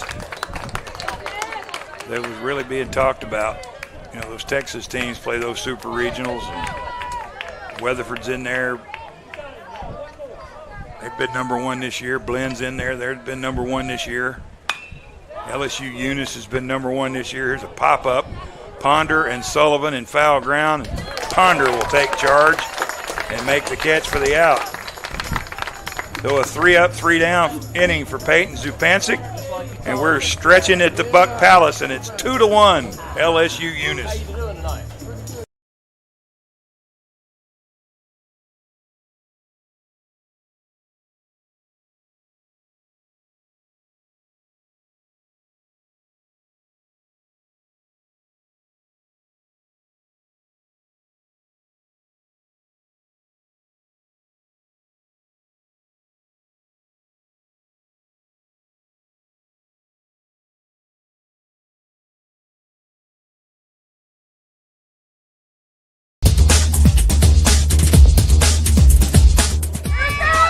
Just about all White Jones County. Diving catch at shortstop. Gross.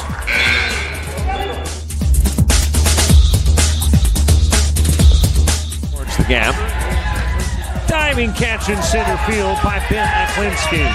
There is a shot towards deep short. Crafts got it. Long throw over, and he got it.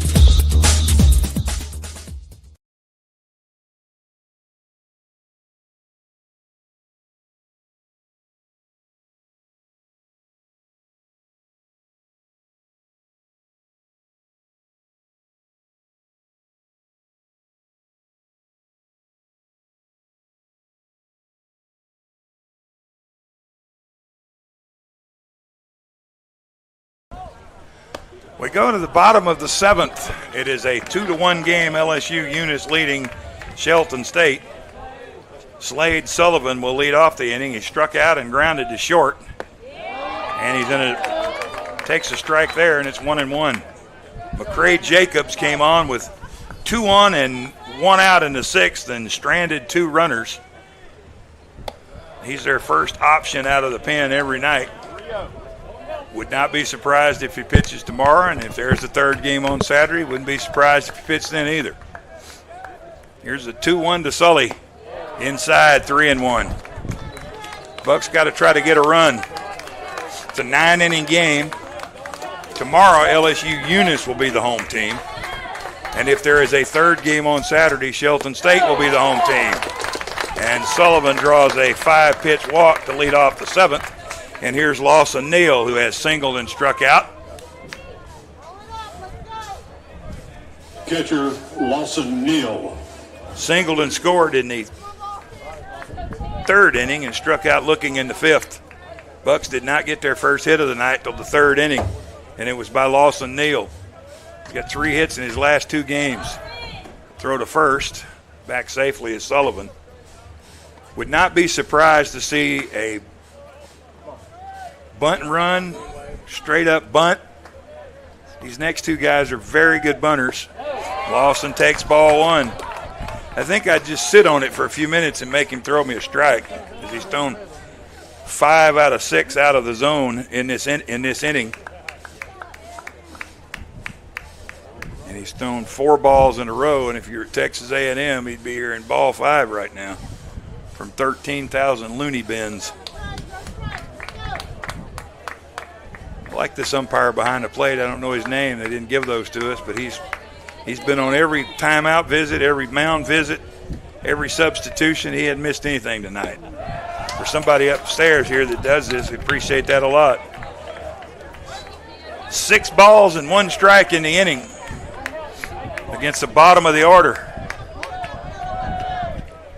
Ponder's on deck, and he has 2 hits already. Ball 3. So that would legitimately be 6 in a row, and this would be ball 7 would be the chant in Bryan College Station. When did they change it to that? It used to just be College Station, and now we're Bryan College Station. That's a strike. The Shelton fans did not care for that, as it did appear to be a little up in the zone. And that ball is hit foul down the left field line.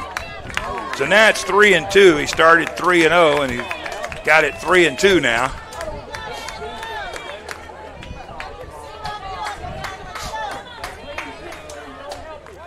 It's our first night game of the year. Played 57 games to get to a night game. There's a line drive to right field, and Riley's going to be able to make the catch. He hit it well, but he hit it right at the right fielder. For 1 out, and here's Ponder. Here's 2 for 2. Yeah, it's the 58th game of the year for the Bucks, and the first one we played at night, and that's 6 o'clock or later. Had some games that started and got into the darkness and the lights were turned on, but the first night game.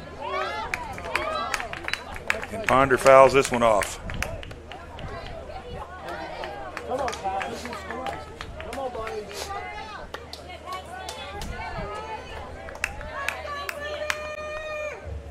Here comes the 0-1. Ponder would like to get his 3rd hit here tonight. That's in the dirt.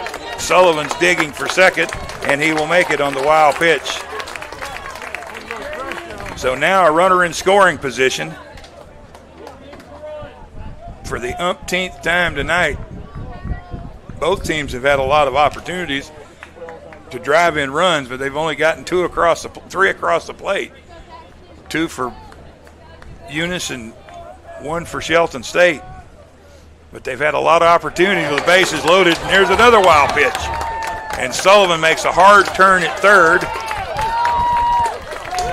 And that's back-to-back wild pitches, and now the tying runs at 3rd.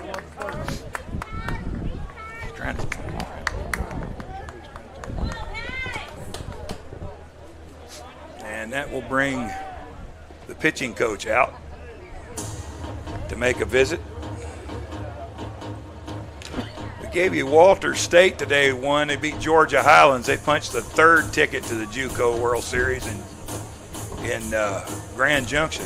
How about the D3 Region 3 Final Four? We don't see these teams. They go to Auburn, New York. But SUNY Niagara is the #1 team in the country in Division 3. They beat Finger Lakes Community College today 10-0.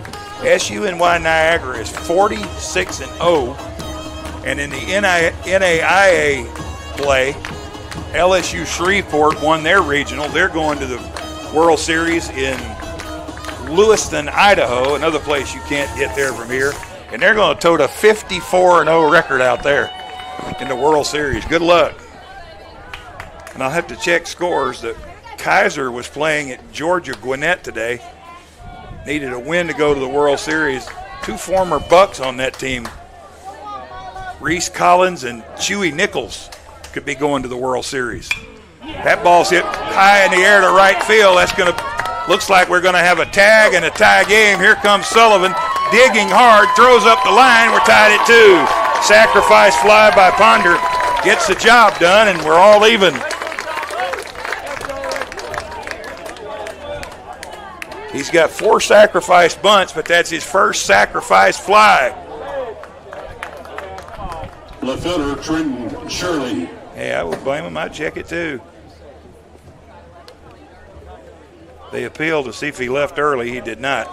That is the 64th combined sacrifice of the year for Shelton State. No, 66, 35 sack flies, 41 sack bunts. That leads the country. Their 41 sacrifice bunts are second in the nation, and their 35 sacrifice flies are now in the top five. But if you count them both, they lead the nation with now 66 sacrifices. 2-2 game. We got a brand new game at the bottom of the 7th. There's a strike to Shirley. So Eunice has scored 2 runs on a pass ball and an error, and the Bucks get their run here in the 7th on a walk and 2 wild pitches. It are the little things that magnify in games like this. Shirley's 1 for 3. He's sandwiched 2 strikeouts around a double and fouls this one off. He's got a strikeout, a double, and a strikeout. Be another good time for a double. Would be his 21st. You can feel the tension here. It's been a well-played game, and he strikes him out. So the walk and the 2 wild pitches haunt the Bengals here in the inning. 1 run, no hits, and nobody left, and we are tied at 2, and we're going to the 8th.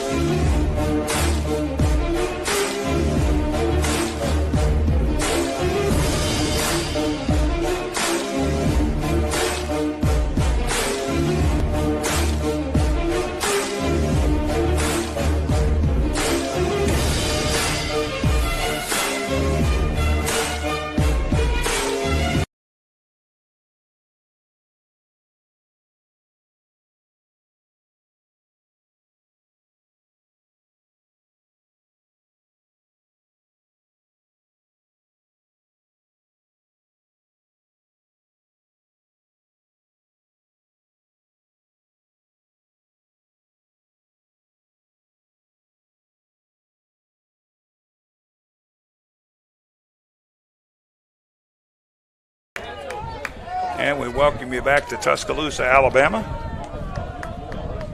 The South Regional or South District Championship, winner to the World Series in Grand Junction. Peyton Zupancic on for his 2nd inning of work. Starts Mouton out with a strike. Mouton is 0 for 2 with a sacrifice fly. Mabry's on deck. He's 0 for 3 with 2 strikeouts. And LeBlanc follows him. We're in the 8th. It's getting late. Tremendous crowd here tonight. Food trucks. They fouled away. Cajun Creamery here tonight. The 7 truck was here tonight. Property of Tim Anderson, who played at Hillcrest High School here in Tuscaloosa. Then went to East Central, got drafted, and played in the big league. There's strike 3 from Zupancic. That is the 10th strikeout by Shelton pitching tonight. And here, Will Mabry. And here's Will Mabry. He owns 2 of them. He's lined to right, struck out, and struck out. So Hillcrest High School's had Tim Anderson, played in the big leagues. They have Brian Robinson playing in the NFL, and they had DJ White, who played in the NBA.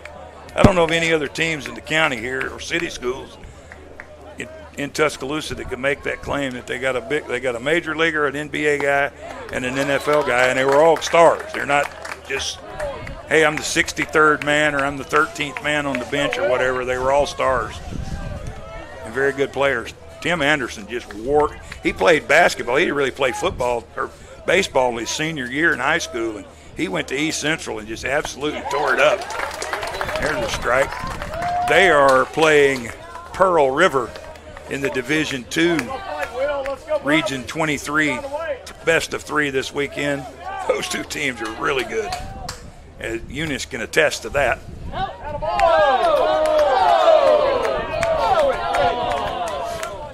Well, he's trying to sell a hit by pitch like Graffos was, and the home plate umpire's not having anything to do with that. And now he's going to talk to Jeff Willis. Very meticulous as he's talking to the home plate umpire. This guy is crushing it at the junior college level. 1,100 wins, 8 national titles, 11 World Series. Now they are going to go out and... And since we're talking about a game of chance here, it's not too late to join our 50-50 raffle here. He's got tickets are $10 each. He's got 12 regional championships. For $40. 11 district championships. They have 12 50-win seasons. We got close to 300 former players to 4-year schools, and they've got 240. Got 30 All-Americans. I mean, this guy has, and I don't mean to demean Eunice, Louisiana, but he's doing this at Eunice, Louisiana, where there's not a lot of folks there. And he has just absolutely crushed the junior college baseball ranks. And he's in the Junior College Hall of Fame and the ABCA Hall of Fame. And if LSU Eunice has a Hall of Fame, he'll be in it one day. And I mean, it's just incredible what they've done. Just absolutely incredible. And then on the Shelton side, you know, their model of consistency in Alabama, never won a national championship, but just the consistency here with 10 40-win seasons, 8 trips to the World Series. That just missed. And it's 3-2. I mean, you don't all have to go to Texas A&M and Tennessee and Florida and Ole Miss and Arkansas to see good baseball. There are some really good junior college teams around the country. Popped him up. Can Lawson Neal find it? Zupancic and Sullivan will make the catch. So he sawed him off, and there are 2 outs. I mean, there's good baseball players everywhere, and if you can play baseball, they're going to find you. Shortstop, Tyson LeBlanc. Tyson LeBlanc comes up. He is, I have to pull the card closer to my eyes, it's so dark. 1 for 3 with a run scored. Every time I think of the name LeBlanc, I think of Lake Charles and Wade LeBlanc, who signed with Alabama in 2004 and just blew the nation up in 04, 05, 06. Became a #1 draft pick and pitched 16 years in the big leagues. 16. Retired after, I think, 2 seasons ago. And he's from Lake Charles. He still lives down there now. His kids are playing, and he's a proud Louisianan. There's a strike, and it's 1-2. And if you're looking to the Shelton State 8th, it's Dutton, Henderson, and Graffos. And the Bucks are looking for a run to take the lead for the first time tonight. That ball's hit hard right at Sullivan, and it gets down the line. And LeBlanc has himself a 2-out double. That ball was smoked. Hey, let's go 2-1. Let's trade places with him, kid. Get a paycheck, bud. First baseman, Jackson Legg. LeBlanc's 19th double of the year. Just past Sullivan, but that ball was absolutely smoked down in the left field corner. And Legg is 0 for 2. He's grounded out, lined out, and walked. And here comes another visit. And I don't know if that's Dedell or Pickens. We're about to find out. And it is going to be John Michael Pickens taking over for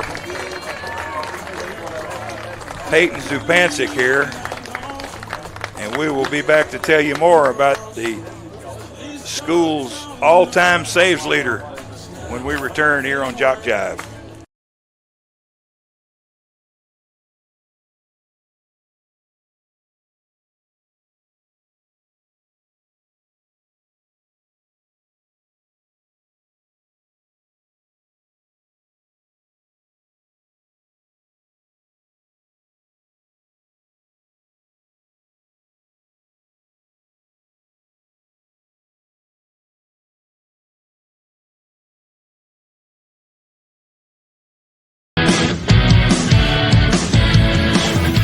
Frustrated. She's having trouble with her defensive player.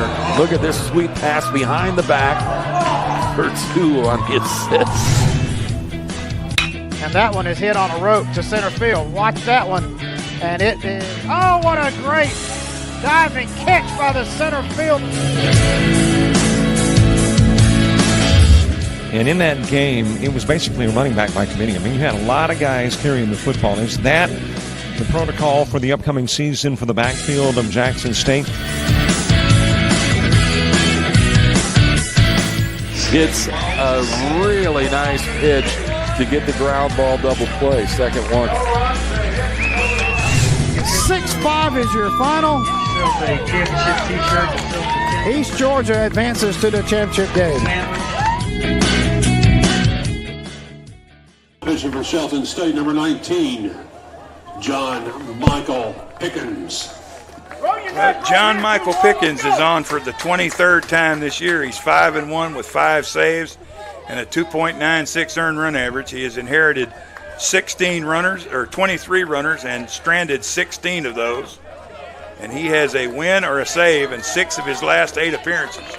This is not a save situation for him, but he could certainly get out of this, and if the Bucks could get a run, he could get the win. He is currently tied for the school record with 16 career saves.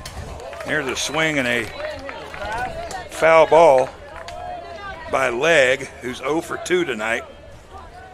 John Michael Pickens is the ACCC Relief Pitcher of the Year for the 2nd straight year.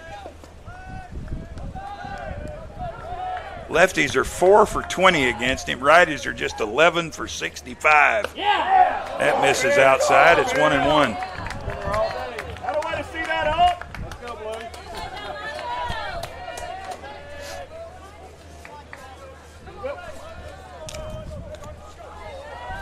And here comes the 1-ball, 1-strike pitch from Pickens to Legg. Swing and a miss.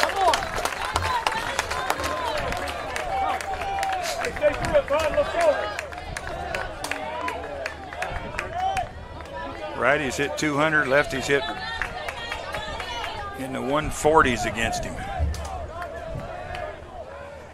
Here comes the 1-2. Struck him out. And another stranded base runner, this time by the Bengals. They get a 2-out double, and he's stranded at second. We go to the bottom of the 8th in a crackerjack game here in Tuscaloosa. It's 2-2.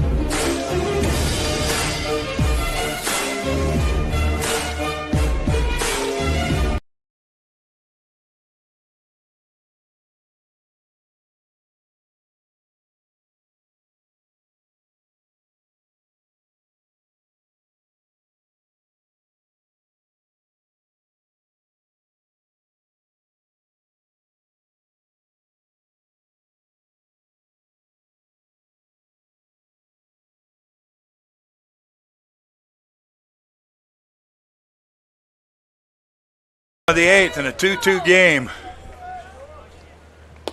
And he takes ball 1. It's a super regional. It's a district championship, but it almost has even a World Series feel to it here tonight. These two teams are giving it everything they got. We got a 2-2 tie in the bottom of the 8th. Who will flinch first? Eunice got a run in the 3rd. The Bucks tied it in the bottom of the inning. Eunice scored an unearned run in the 5th, 6th, and the Bucks tied it in the 7th. And here we are in the 8th. Here's a ground ball to second. Luna fields it, and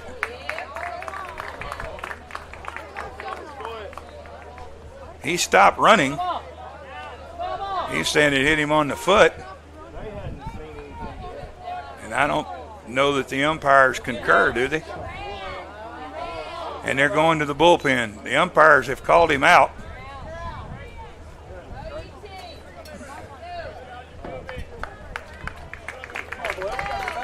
And another call to the bullpen for LSU Eunice. It's a right-hander. 12. So he's the DH. And he's coming in to pitch. We'll step aside and we'll tell you about Mabry right after this.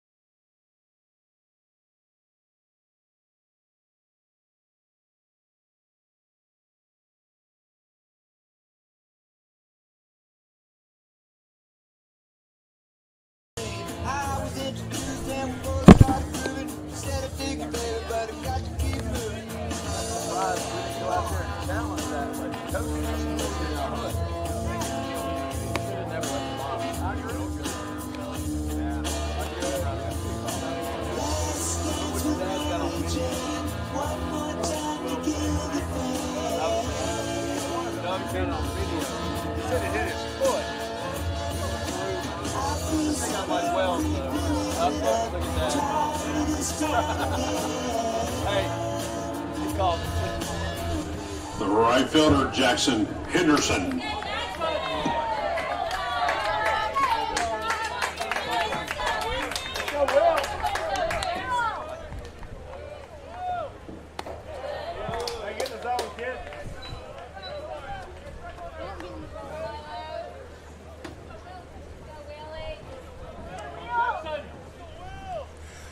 So Will Mabry, who started the game as a DH, is now on as the pitcher. And after ball 1, he throws one, and Henderson chases it to even the count at 1-1. Mabry's making his 16th appearance. He's 9-0 with a 4.18 earned run average. Henderson pops it up, foul ground, and it's going to get out of play, and Henderson will get another shot at it. You look at all these, I mean, when you're 52-3, I mean, you can't have too many guys with losses. But one poor guy's got 2 of their 3 losses. I'm surprised they even let him travel anymore. I mean, it's ridiculous. They got guys that are 11-0, 12-0, 10-0, 9-0. But when you're 52-3, it's hard to have a loss. Ground ball to short. Henderson's out, and there's 2 gone in the inning. And here's Graffos. Strikeout, ground out, walk. He was stranded at second in the 6th inning. Mabry's making his 31st career appearance on the mound. He's had 15 appearances this year. He started 10 games. They're 10-0 when he starts. Graffos flips this one to left field, and Fuselier is equal to the challenge. And we're going to the 9th. We are tied at 2. Who's going to flinch in Tuscaloosa?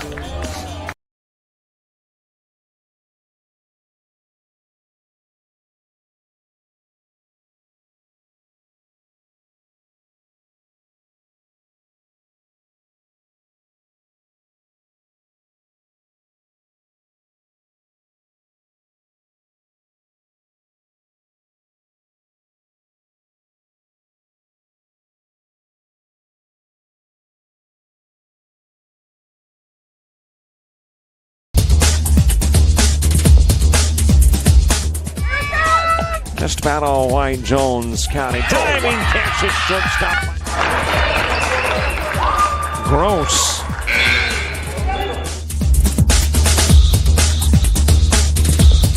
Towards the gap. Diving catch in center field by Ben Aklinski. There is a shot towards deep short. Kraft's got it. Long throw over, and he got it.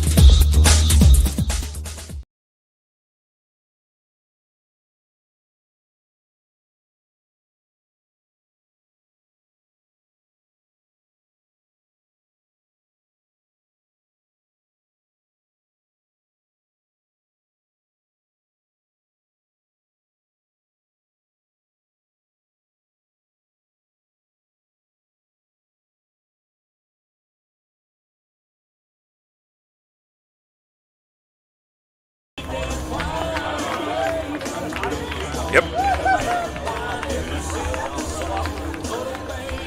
We go to the 9th. It's a 2-2 game. Leading off the 9th inning, left fielder Ashton Fichelet. 2 runs, 6 hits, no errors, 5 left for the Bengals. 2 runs, 5 hits, 1 error.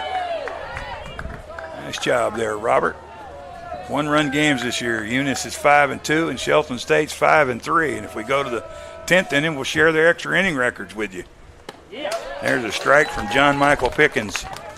Came on in the 8th with a go-ahead run at second and punched out leg for the 11th Buck strikeout of the night. Mason Steele struck out 9. Peyton Zupancic got 1, and now Pickens has 1, and he's ahead 0-2 on Fuselier here, who has 2 singles and a pop-up to short. 2 out of 3 tonight.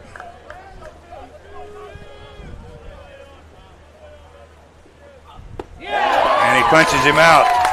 That's 2 strikeouts for Pickens, and that is number 12 for the Bucks.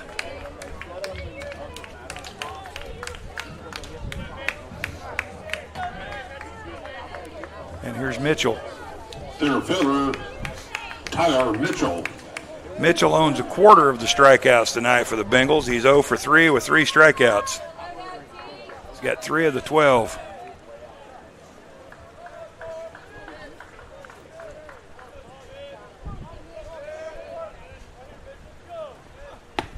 There's a strike.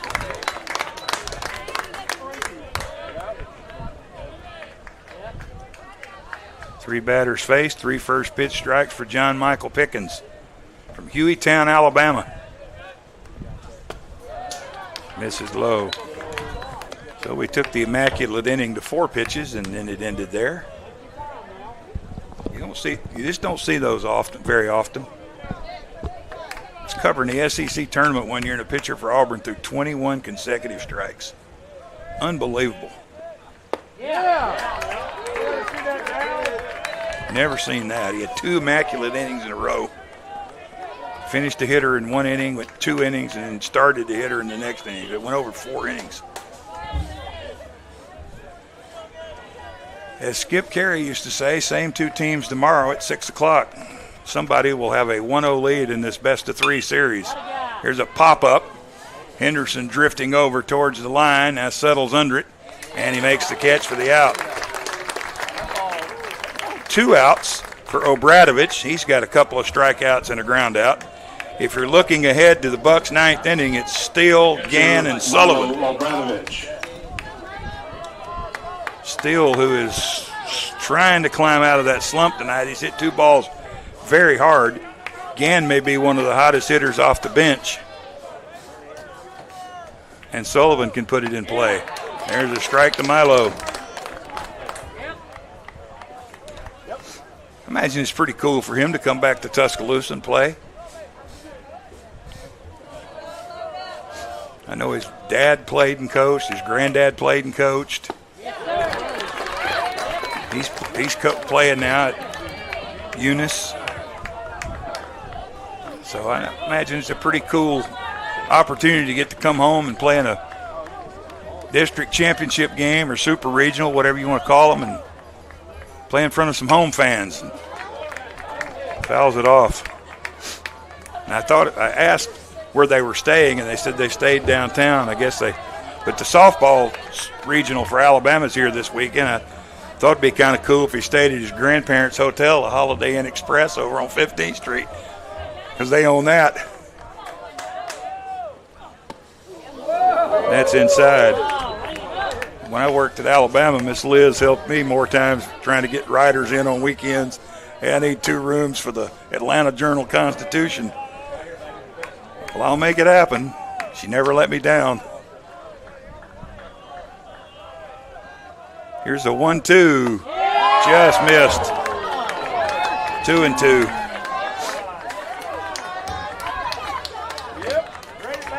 If JockJive has an instant classic channel, this would come on immediately after this game.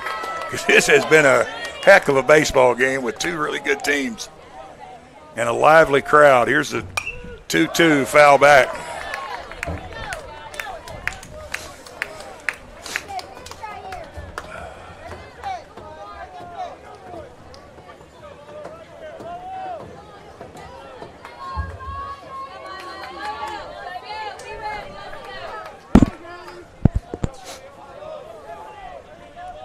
And the 2-2 once again, fouled again.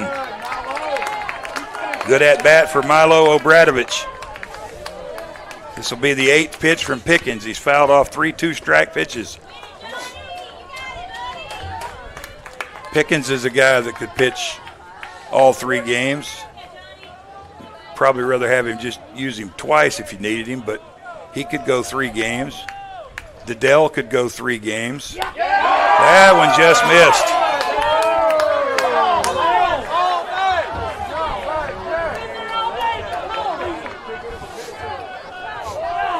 It was close.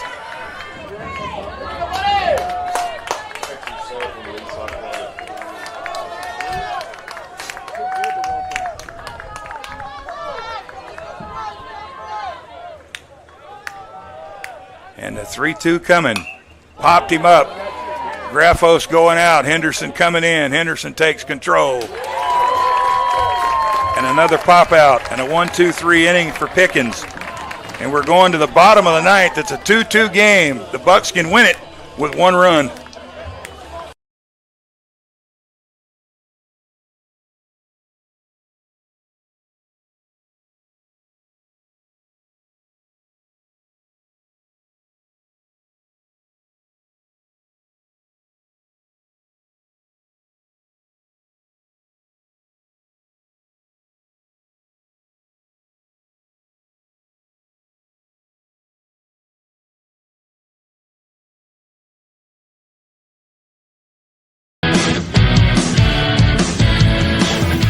Frustrated. She's having trouble with her defensive player. Look at this sweet pass behind the back for 2 on the assist. And that one is hit on a rope to center field. Watch that one. And it is, oh, what a great diving catch by the center field.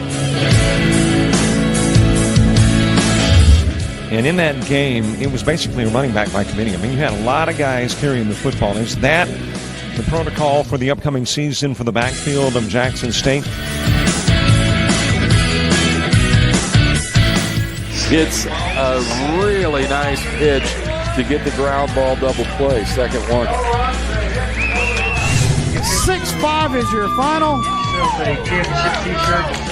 East Georgia advances to the championship game.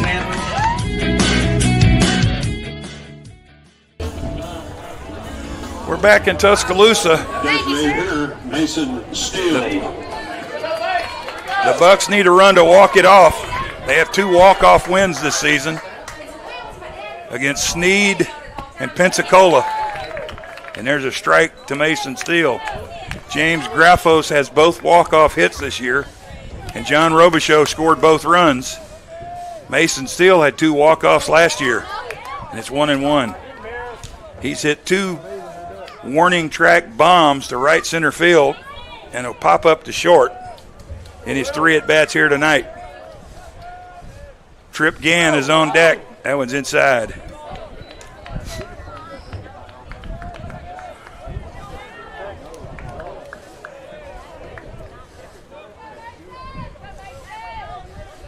One-run games this year. We've showed it to you.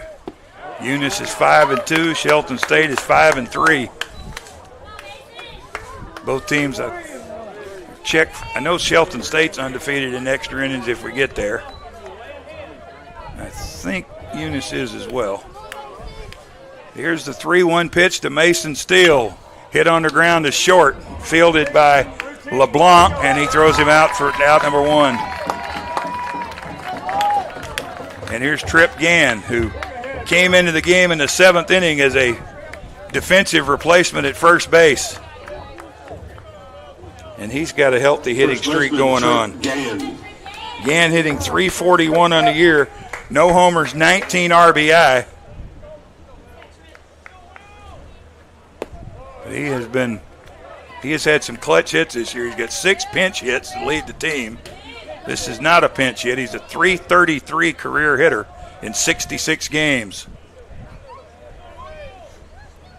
Here's a hard line drive past the first baseman and foul.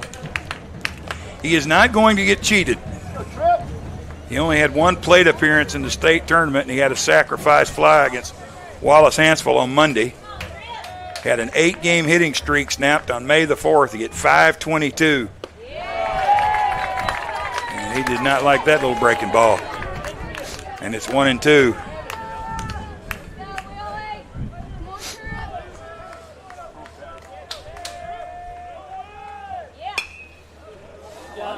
Nice job with the 1-2 pitch and fouls it away.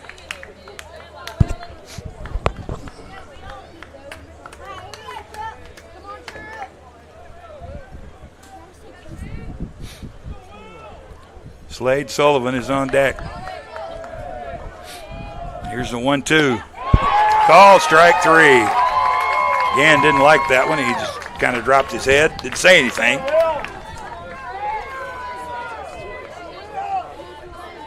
That's the 7th strikeout for LSU Eunice pitchers tonight.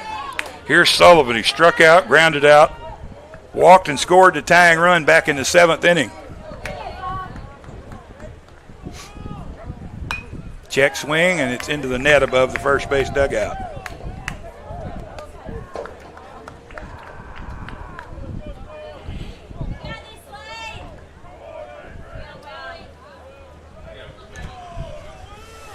Four first pitch strikes for Mabry out of 5 hitters.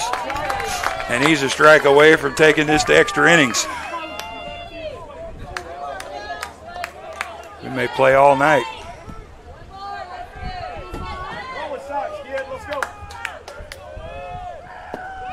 And another strikeout. So 2 strikeouts looking in the inning. And we're going to the 10th in a 2-2 game.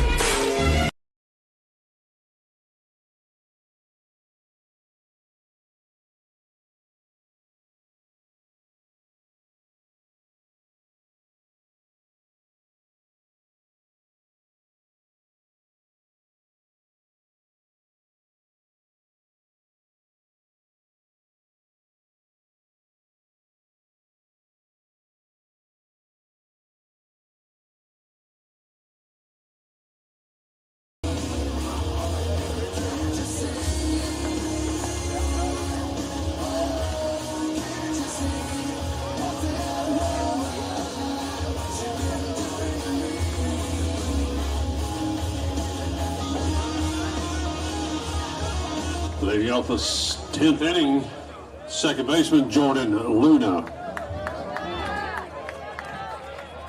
Go to the 10th. Free baseball here at the Buck Palace tonight. And as you can see, Robert's clicking as fast as he can. He's got a nice little graphic built for you on extra innings here for this season. Eunice is 4-0 and Shelton State's 2-0. They've both won. They've combined to win 6 extra inning games. They've combined to win 10 one-run games. And they've also bludgeoned people as well. I think Eunice is 20.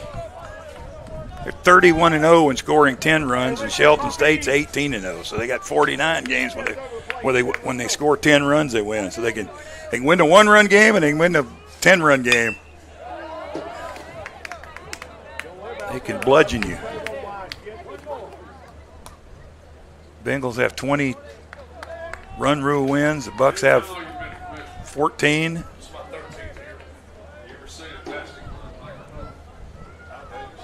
Bucks have 9 shutouts. The Bengals have 5.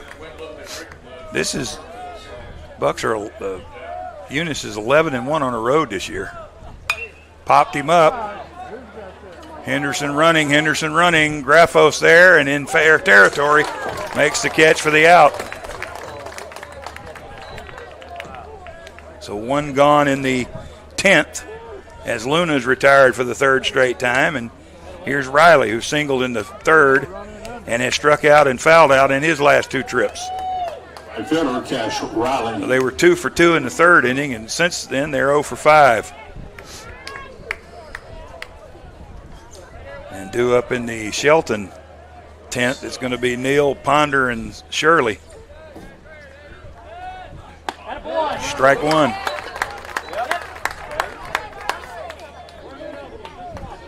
The ACCC Relief Pitcher of the Year. They've given the award twice, and John Michael Pickens has won it both times, 24 and 25. There's a swing and a miss, and it's 0-2. He's faced 6 batters. He's landed 6 first pitch strikes. Get ahead. I've heard it every day of my life. The best pitch in baseball is strike 1. Strike 1. Strike 3. That's the next best pitch. That's 3 strikeouts now for Pickens. That is 13 strikeouts for Shelton State pitching tonight. I'm going to bet LSU Eunice hadn't struck out 10 times a lot this year.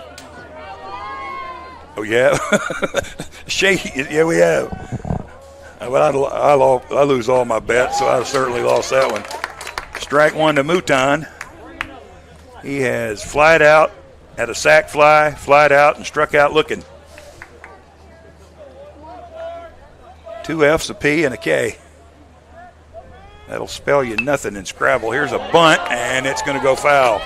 Nice idea, but he pushed it foul. And now he's in an 0-2 hole.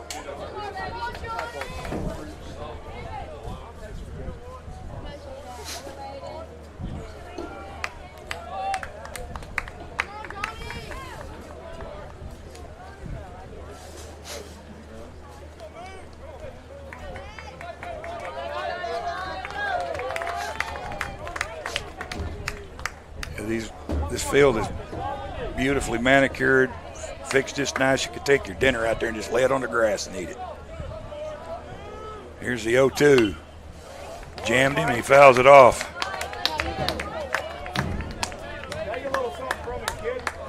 That's a 10th pitch by Pickens this inning. Every one of them have been a strike. It's 10 for 10. And he's landed 7 first pitch strikes to 7 hitters. And here's a ground ball to Sullivan. He'll field it and throw to first. And they get him. And another 1-2-3 inning. It's a hard hit ball to Sullivan. But the Bucks get out of it, and we're going to the bottom of the 10th. Another chance to walk it off in a 2-2 game.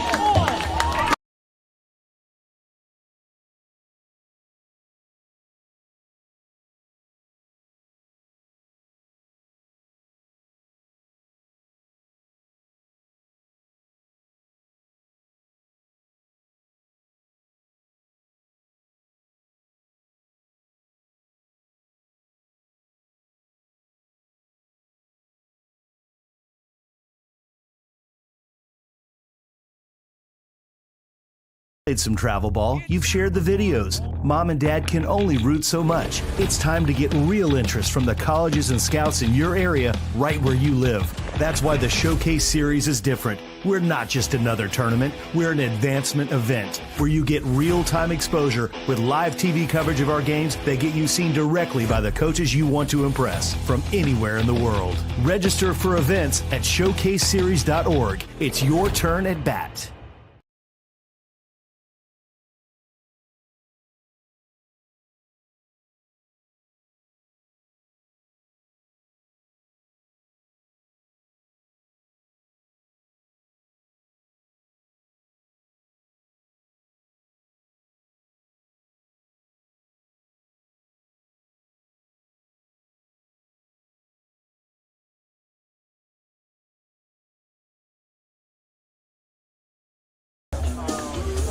Well, we go to the bottom of the 10th.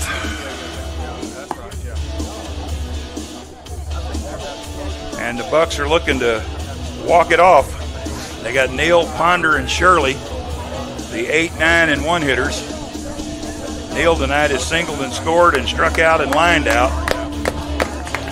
Ponder has 2 hits and a sacrifice fly. 2-2 game. The number 2 ranked LSU Eunice Bengals and the 10th ranked Shelton State Bucks. And we're right about where we thought we would be. A very well played game. Who will be the next team to flinch? It's 1-1. And Obradovich threw it away, and so they'll put a new ball in play.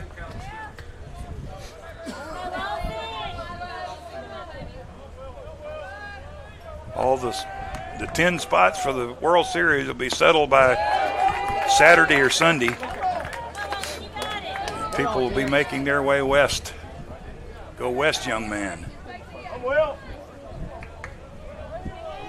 1-2 to Neal. I'm going to say this guy has a little bit more velo than the previous 2, or at least it looks like it. Beaversdorf threw well. Jacob threw a lot of breaking balls, it looked like, and this guy's got a little bit more oomph in the fastball. He bunched with 2 strikes, and it is going to roll foul, and it is going to be a strikeout.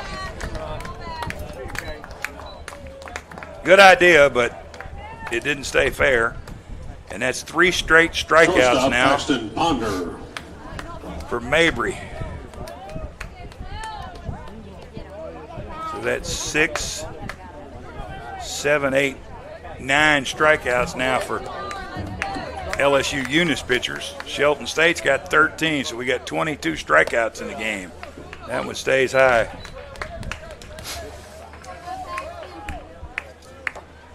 Shelton State has last led off an inning with a base runner in the 7th, putting the leadoff man on. And if you're going to win late in the game, you got to get the leadoff man on.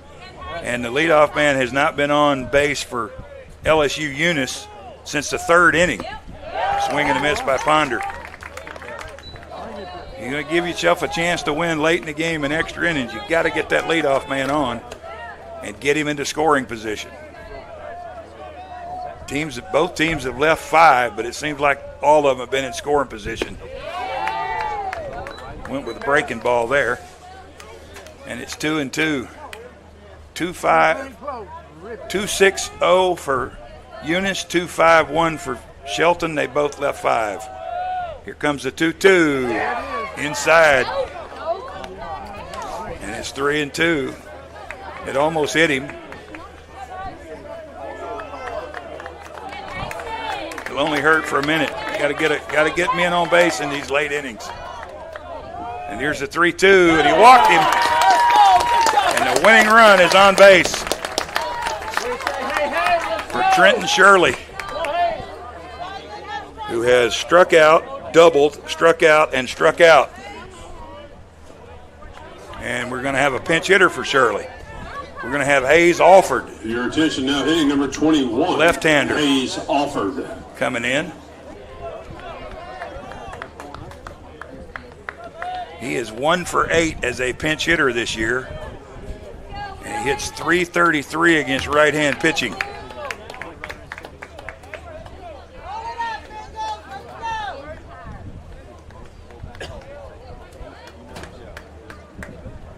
He pinch hit at his only hit as a pinch hitter. He made the most of it at Coastal Alabama South. He hit a ninth inning grand slam. It hit off the top of their batting cage in deep right field. That's a strike. Called a strike. Alford hitting .308 overall. The 1 home run and the 28 RBI.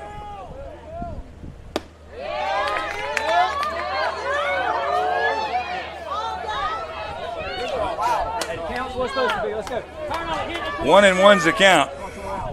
Shelton State thought they got gypped on the first pitch, and LSU Eunice thought they got gypped on the second pitch. So I guess we're right where we ought to be. Now both teams are happy again. Here's a 1-1. Takes a strike.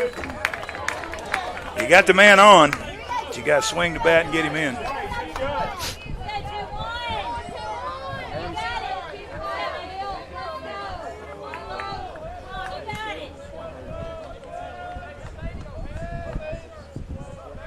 Here's the 1-2. Cut on and missed.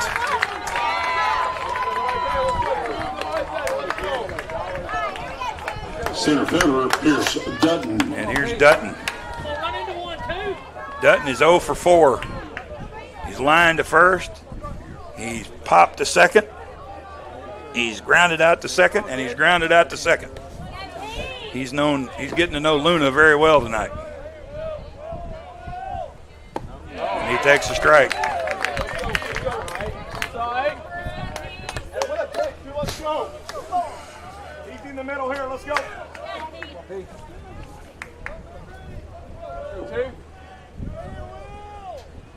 Here's the 0-1, another strike. And Eunice is doing it too, but there's a lot of takes for strikes in these late innings here. John Michael Pickens has gotten ahead of the hitters with takes, taking strikes, and now Shelton State's taking strikes. There's a line drive foul out into the crowd in left field.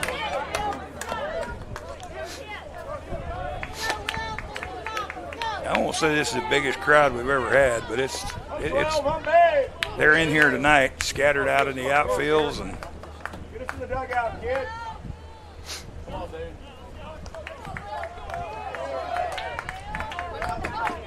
saw LSU Eunice fans here at 3 o'clock tailgating. And a throw to first. Ponder back safely.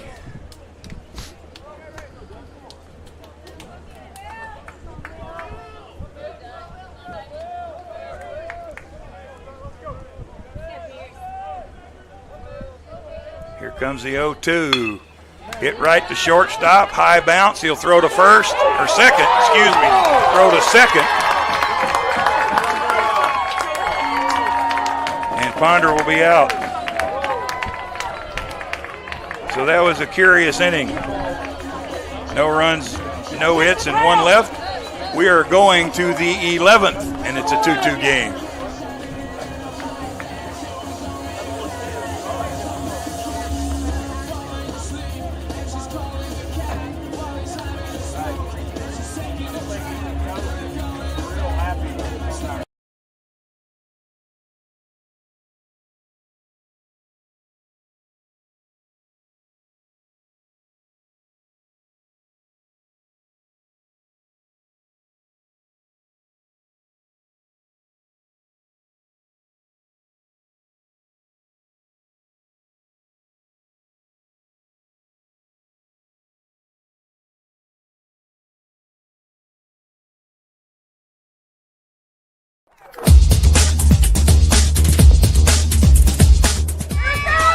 Just about all Wayne Jones County. Diving catch at shortstop.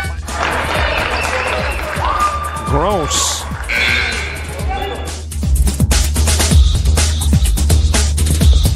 Towards the gap. Diving catch in center field by Ben Aklinski. There is a shot towards deep short. Kraft's got it. Long throw over, and he got it.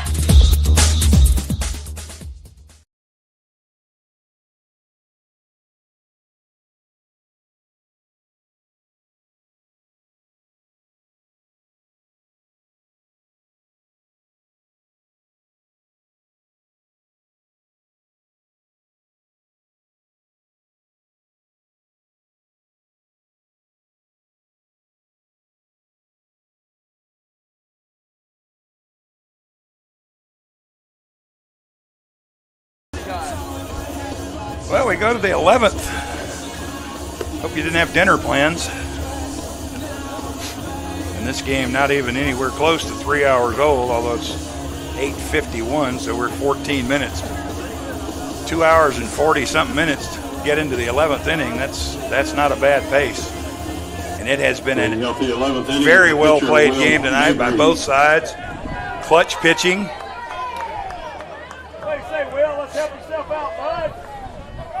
Who'll get to be the first to get a leadoff man on? Mabry takes high. That breaks a string of 13 straight strikes for John Michael Pickens. He threw all 11 strikes in the 10th inning and got the last 2 on Obradovich in the 9th. Popped him up. Sullivan, Ponder chasing, Alford chasing. Alford's the new left fielder, and it's 1-1. Alford, who pinch hit for Shirley in the 10th, he stays in the game to play left field. And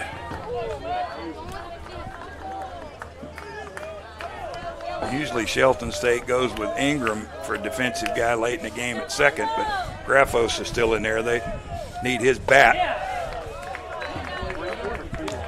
Try to get something going for either team. Not much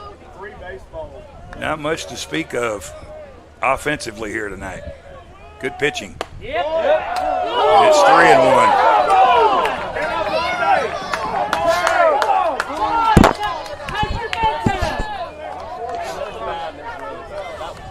So a pitch away from Eunice doing something they haven't done since the 3rd inning, and let's get the leadoff man on base.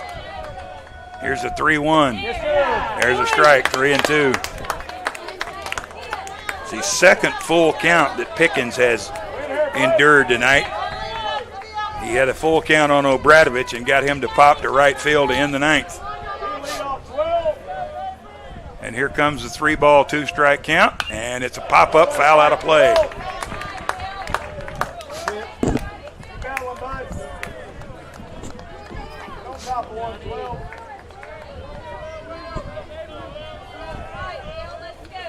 Mabry's 0 for 4 tonight. He was 8 for 14 at the Region 23 tournament. Fouled off. Couldn't hold up and fouled it off. He had 8 hits and 6 RBI in that Region tournament. 4 hits and 5 RBI in the title game against Delgado, and he had a 3-run homer against Nunez. And he, as everyone else, obliterated North Iowa Area Community College pitching back in March.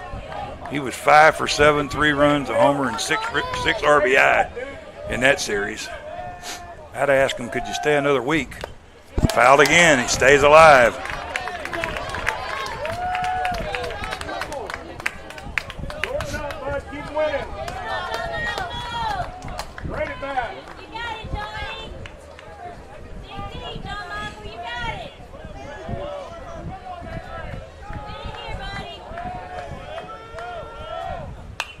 Another foul ball.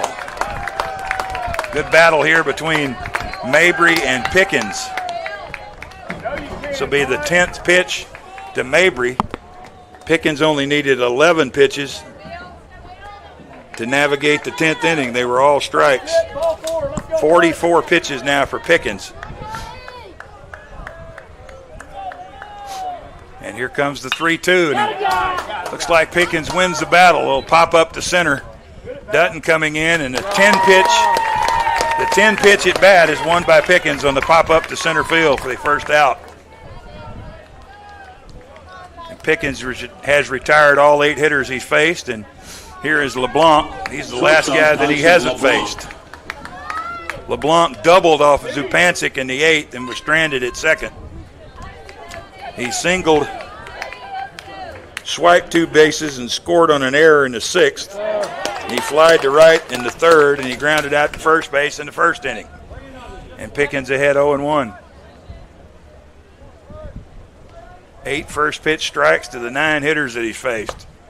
And that stays up. You look to the Shelton State 11th inning. It's Henderson, Graffos, and Steele. When you're even, bud.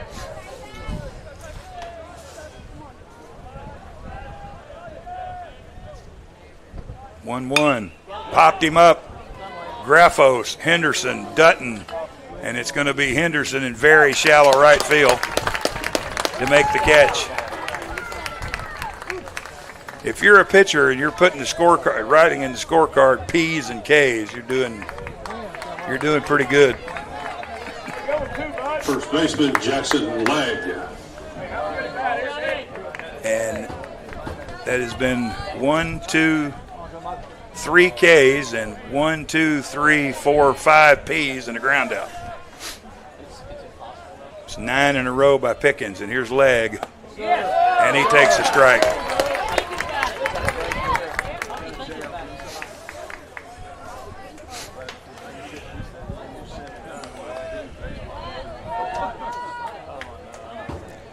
Same two teams tomorrow night at 6 o'clock for game 2. And another P. To Ponder, to Sullivan. Sullivan now drifts in foul ground. And another pop-up. Nothing doing for the Bengals in the 11th. We go to the bottom half. It's 2-2. Another chance for the Bucks to walk it off.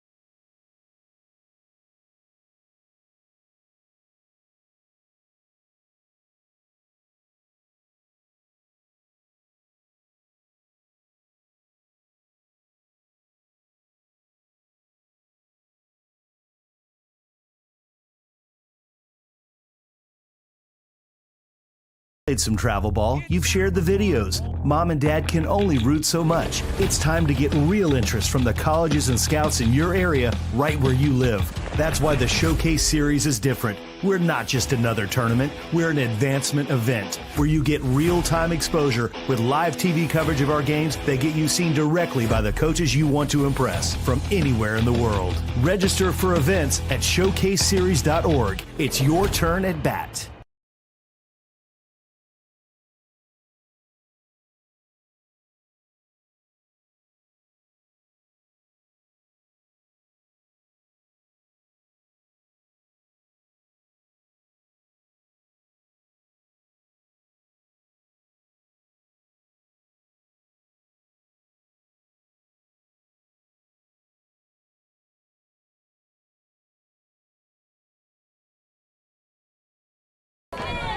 Back to Tuscaloosa as we go to the bottom of the 11th. Shelton State trying to walk it off. Eunice trying to get it to the 12th. Shelton hadn't scored since the 7th. Eunice hasn't scored since the 6th.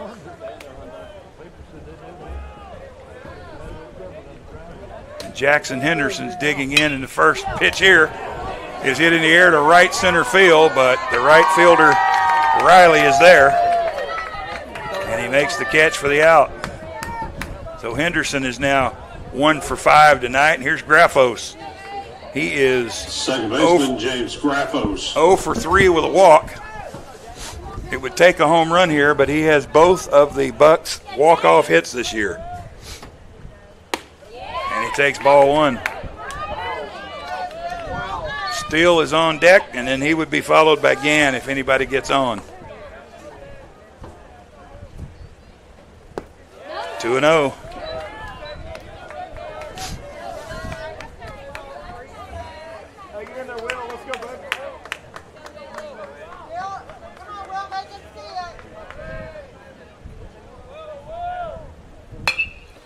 And it's through the 5-6 hole in the left field, and a base hit for Graffos. And the Bucks have the winning run at first with 1 out. And here's Mason Steele. Designated hitter Mason Steele.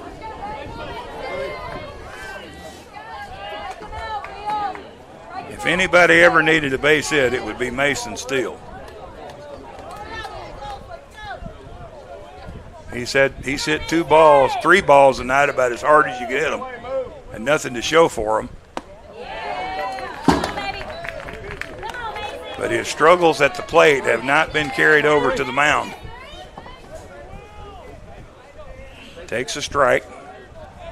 Counting tonight, he's 9 for his last 54. And he takes the ball. 1-1 to count. He had one hit at the region tournament. It was a bunt single. It came against Wallace Hanceville. He only had one hit against Calhoun. But that was a 2-run single in the first inning in a game the Bucks won 3-1. He was on a tear about mid-season. I mean, he was hitting home runs. He hit 2 home runs against Lawson. He hit 1 against Gadsden. And then the last 18 games have just been tough. And now it's 2-1. Hit that go-ahead run to second.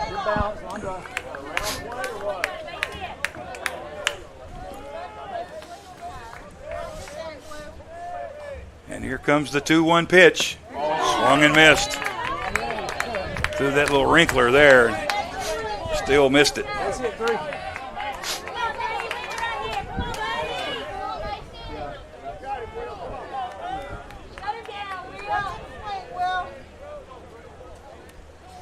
Here comes the 2-2 pitch from Mabry. Fouled it off, stays alive.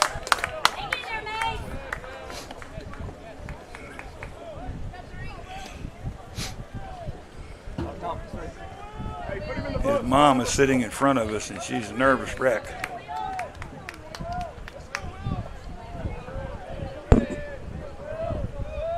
Here's the 2-2. Almost hit him. Gets away from the catcher, and the winning run has moved to second base. I think it's a pass ball. Oh, you think wild pitch? Huh? That's what I thought. Pass ball. Are they going to run for? No, they're going to talk to Steele. That's going to be the second charge timeout to the Bucks offense. Now a base hit can win the game. You don't need an extra base hit. You don't need a home run. And if anything could get a guy out of a slump would be a what? That would do it. He had 2 last year. One against Wabash Valley in the regular season and one against Delgado that won the South District tournament and got Shelton State to the World Series. And what are we doing here now? Are we going to pinch run for Graffos, or are we going to? Yep, we're going to run for Graffos. Braxton Taft is going to run for Graffos.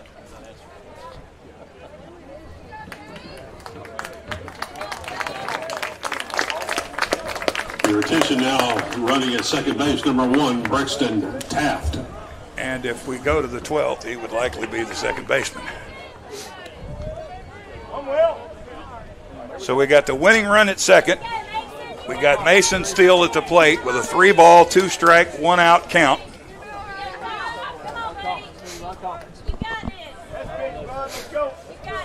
And everybody is just grimacing here on both sides.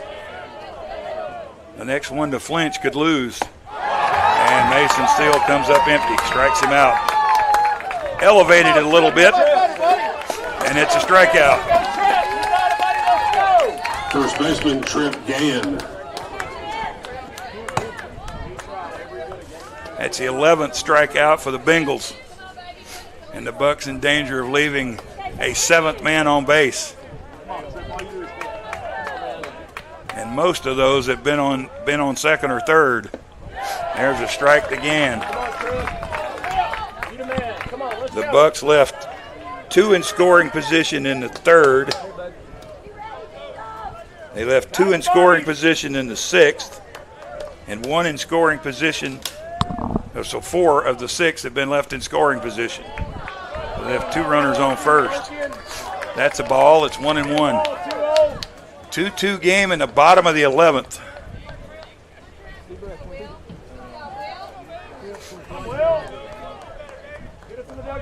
Strikeout or an out will get Eunice into the dugout. A base hit will likely win it for Shelton State.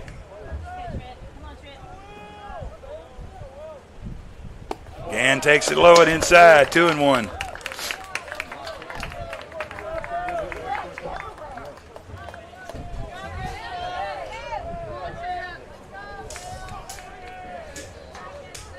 Neither team has scored since the 7th. Both teams got a run in the 3rd. Eunice scored in the 6th. Shelton State scored in the 7th. 2-1 is a 3-1, gets away from Obradovich. And now the winning run is at 3rd. On the wild pitch. Another one of those, and the Bucks will walk it off.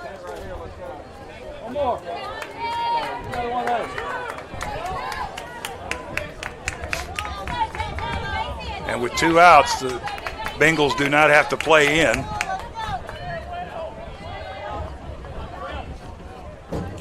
And Gann with a big pitch here on a 3-1 count. And it's ball 4. And here's Sullivan, who's 0 for 3 tonight with a walk and a run scored. He tied this thing in the 7th. And we might have another pitching change here. Sullivan. Now, this young man started the game as the DH. He's now the pitcher. But I've always thought he could return as DH, but we had a game at the Gulf South Conference tournament last week. They wouldn't let the guy go back in as the DH. They said since he didn't start the game as the pitcher DH, he couldn't stay in. And I'd never heard that before. But I think he can stay in as the DH. But Sullivan is up with a chance to win it.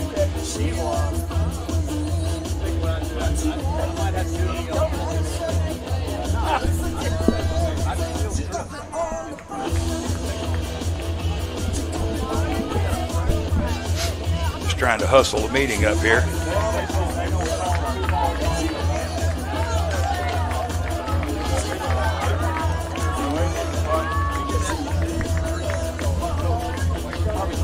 We've now surpassed the 3-hour mark. Sullivan scored the tying run. He walked, scored the tying run on 2 wild pitches and a sac fly back in the 7th. He can be the hero here. He does not have a hit today. And he takes ball 1.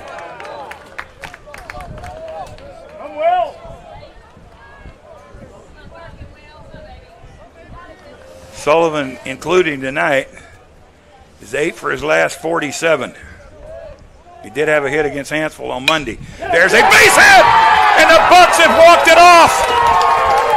The 3rd walk-off of the year, and Slade Sullivan through the 5-6 hole has won the game for the Bucks in 11 innings, 3-2. And the Bucks are a win away from Colorado as they celebrate in right field. Folks, I'm going to tell you, that was a dang good baseball game right there. That was a dang good game. And so the Bucks win it 3-2.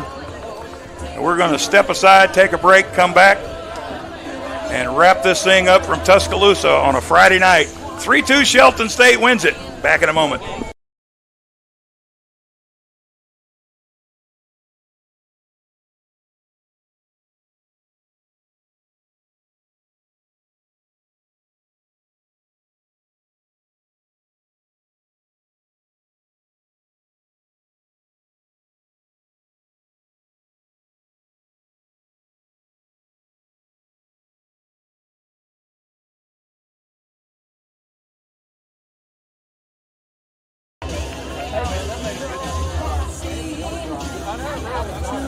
Well, we're back in Tuscaloosa where the hometown folks are celebrating on a Thursday night.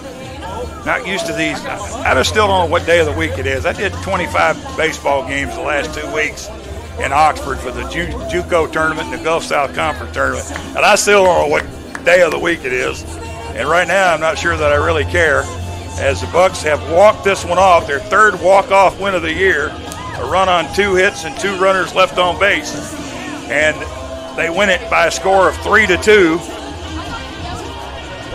and take a 1-0 lead in this best-of-3 series in the South District Championship.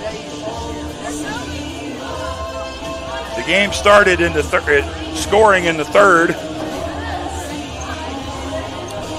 as Luna and Riley delivered back-to-back singles, and A sacrifice fly brought Riley home, or Luna home, and made it 1-0 in favor of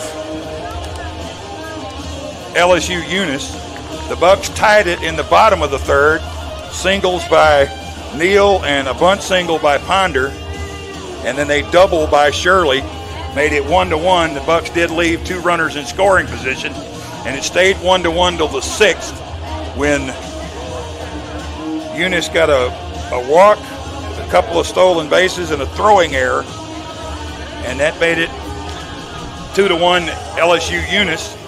And the Bucks came back. Sullivan got a walk, 2 wild pitches, and a Paxton Ponder sacrifice fly. And we're tied at 2, and we stayed there for a good hour until we got to the bottom of the 11th as Henderson popped out.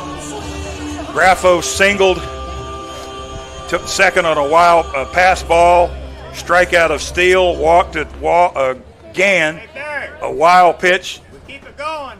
A wild pitch, got Taft to third, and then Slade Sullivan steps up with the game into balance and a 1-0 pitch between the 5 and the 6 hole. It seems like the Bucks wore that out tonight, and they win it 3-2 in walk-off fashion, and they are now 1 win away from their 9th trip to Colorado in the JUCO World Series. But LSU Eunice will have something to say about that. They will be the home team tomorrow, and it'll be another hotly contested game, I'm sure, because these two teams have played really well here tonight. It was an outstanding baseball game. For the Bucks, 3 runs, 7 hits, 1 error, and they left 7. They left 8. And 2 runs, 6 hits, no errors, and LSU Eunice left 5. It's the 6th win of the year for John Michael Pickens. He's now 6-1. And Will Mabry suffers his first loss. He's 9-1 on the year. And the time of the game was 3 hours and 4 minutes. And the Bucks go home on a Thursday night with a 1-0 lead in this best-of-3 series with LSU Eunice. We'll be back here tomorrow night at 6 o'clock for Game 2, and if it's needed, we'll play Game 3 on Saturday at 1 o'clock. So that'll wrap us up here tonight from the Buck Palace. A good night for the home team. They win by a score of 3-2 and a well-played game by both. And for Robert Stevenson, our producer and graphics here tonight, running the boards, my name's Barry Allen. I thank you all for being with us, and we'll see you tomorrow night.